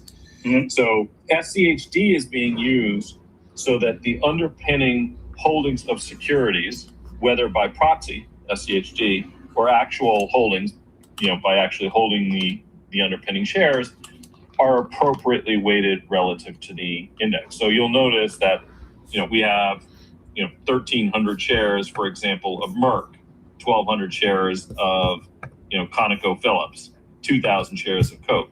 But for, smaller constituents of the index, perhaps, we can't hold, a smaller percent and then do an override against it. So we can use SCHD because there are options on SCHD, right? And that way we know that as close as we can get it, effectively owners of Quad D own the stocks that SCHD does, that the Dow Jones Dividend Index does, and that we're selling options against the basket. If there was, let's hope, let's say it got to SCHD's side, so you're looking at $80-90 billion of assets in it, then it wouldn't be necessary to hold SCHD. In fact, it would probably be counterproductive to do it that way. There'd be just an additional friction that's not necessary, so we might as well just hold the underlying stocks and sell options against them, and that would be that. And therefore, the dividends that you get on those underpinning stocks are going to track the index as well because you actually hold the stocks, right? As far as the options income is concerned, that's going to depend a little bit on implied volatility. And, our hope is that would ebb and flow with the dividends because that's our target, right? So if the dividend yield goes down a little bit, then the options overlay strategy is going to become slightly more conservative. And if they go higher, then the options overlay strategy is going to be slightly more aggressive just to sort of achieve that double dividend, right? Okay. Yeah. Thank you so much. I appreciate it. That's kind of one of the big questions I was looking for. I just want to confirm that it will be you guys. It should track that part of it as well. I know it's the goal is double the dividend, but the premium per se. I was thinking that the premium per se wouldn't necessarily grow, but in this case, it's different than other funds. It should. And then if you have anything on the potential.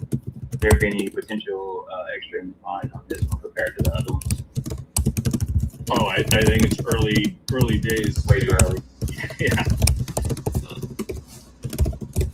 Thanks so much.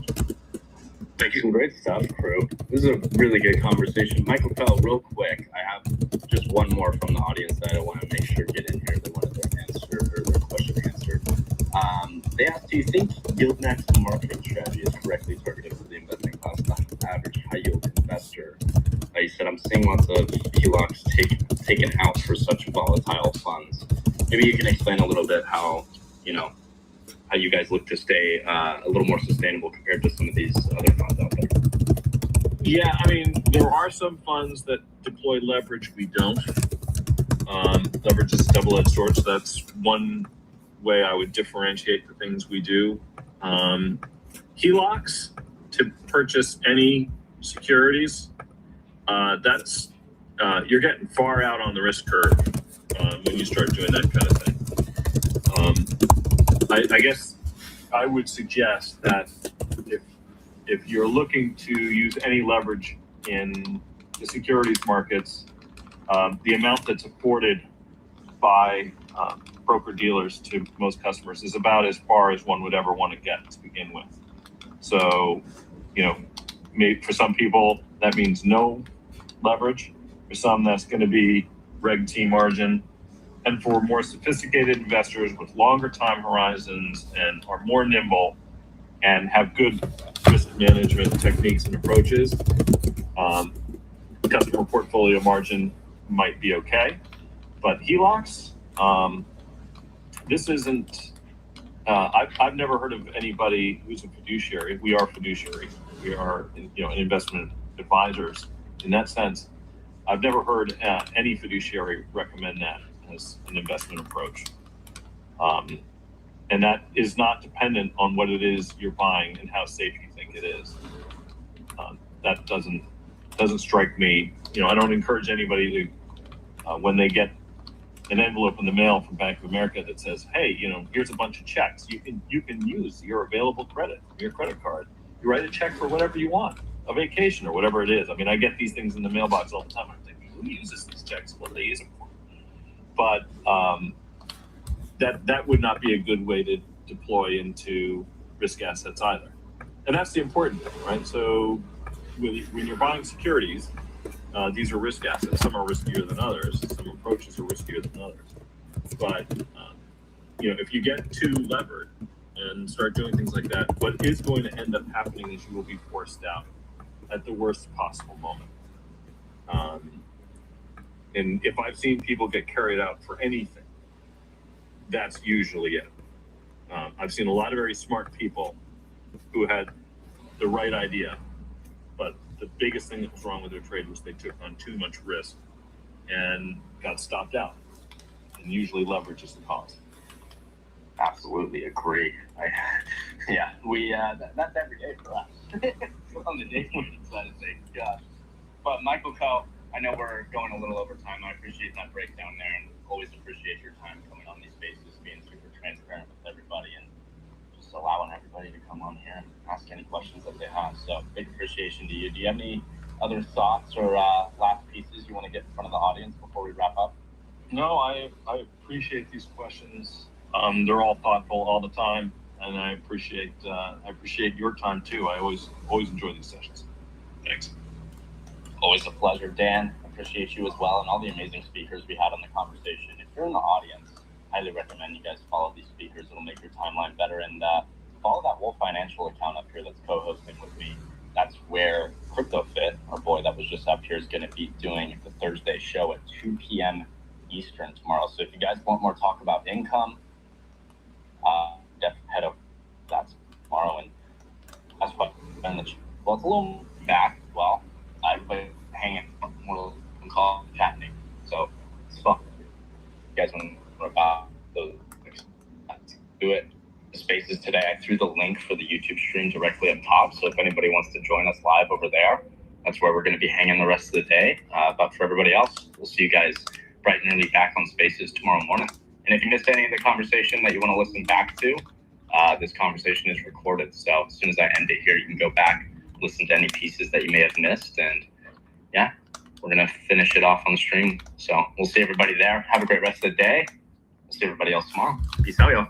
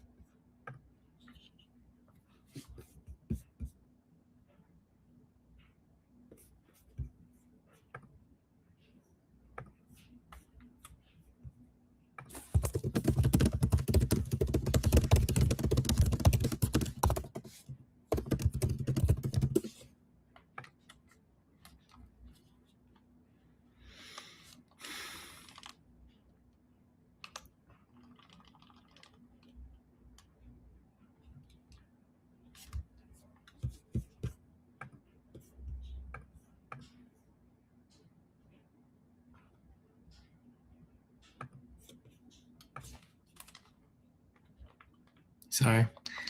I'm a fast typer. I'm watching to see if IWM gets under this 260 here. I'm still in those shorts. I'm only down 3%, not even. What am I down? I'm down 4% actually.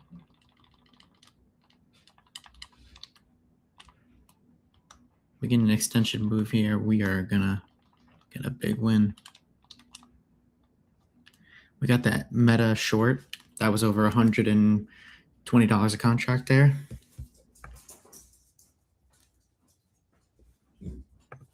Just waiting for IWM.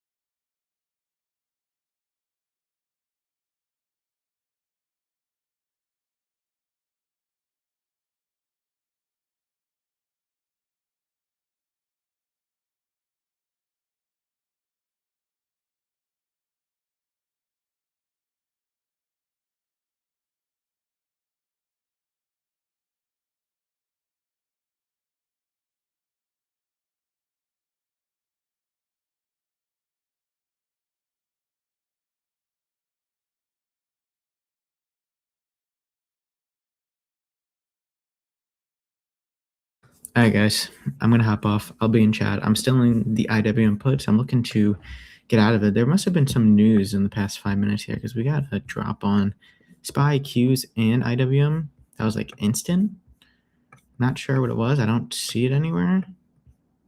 But, I mean, it was a 40-point drop on NQ. It was a 40-cent drop on IWM. So I'm not sure what was going on there. But I'm still in the short here. Still watching. And I'll be in chat.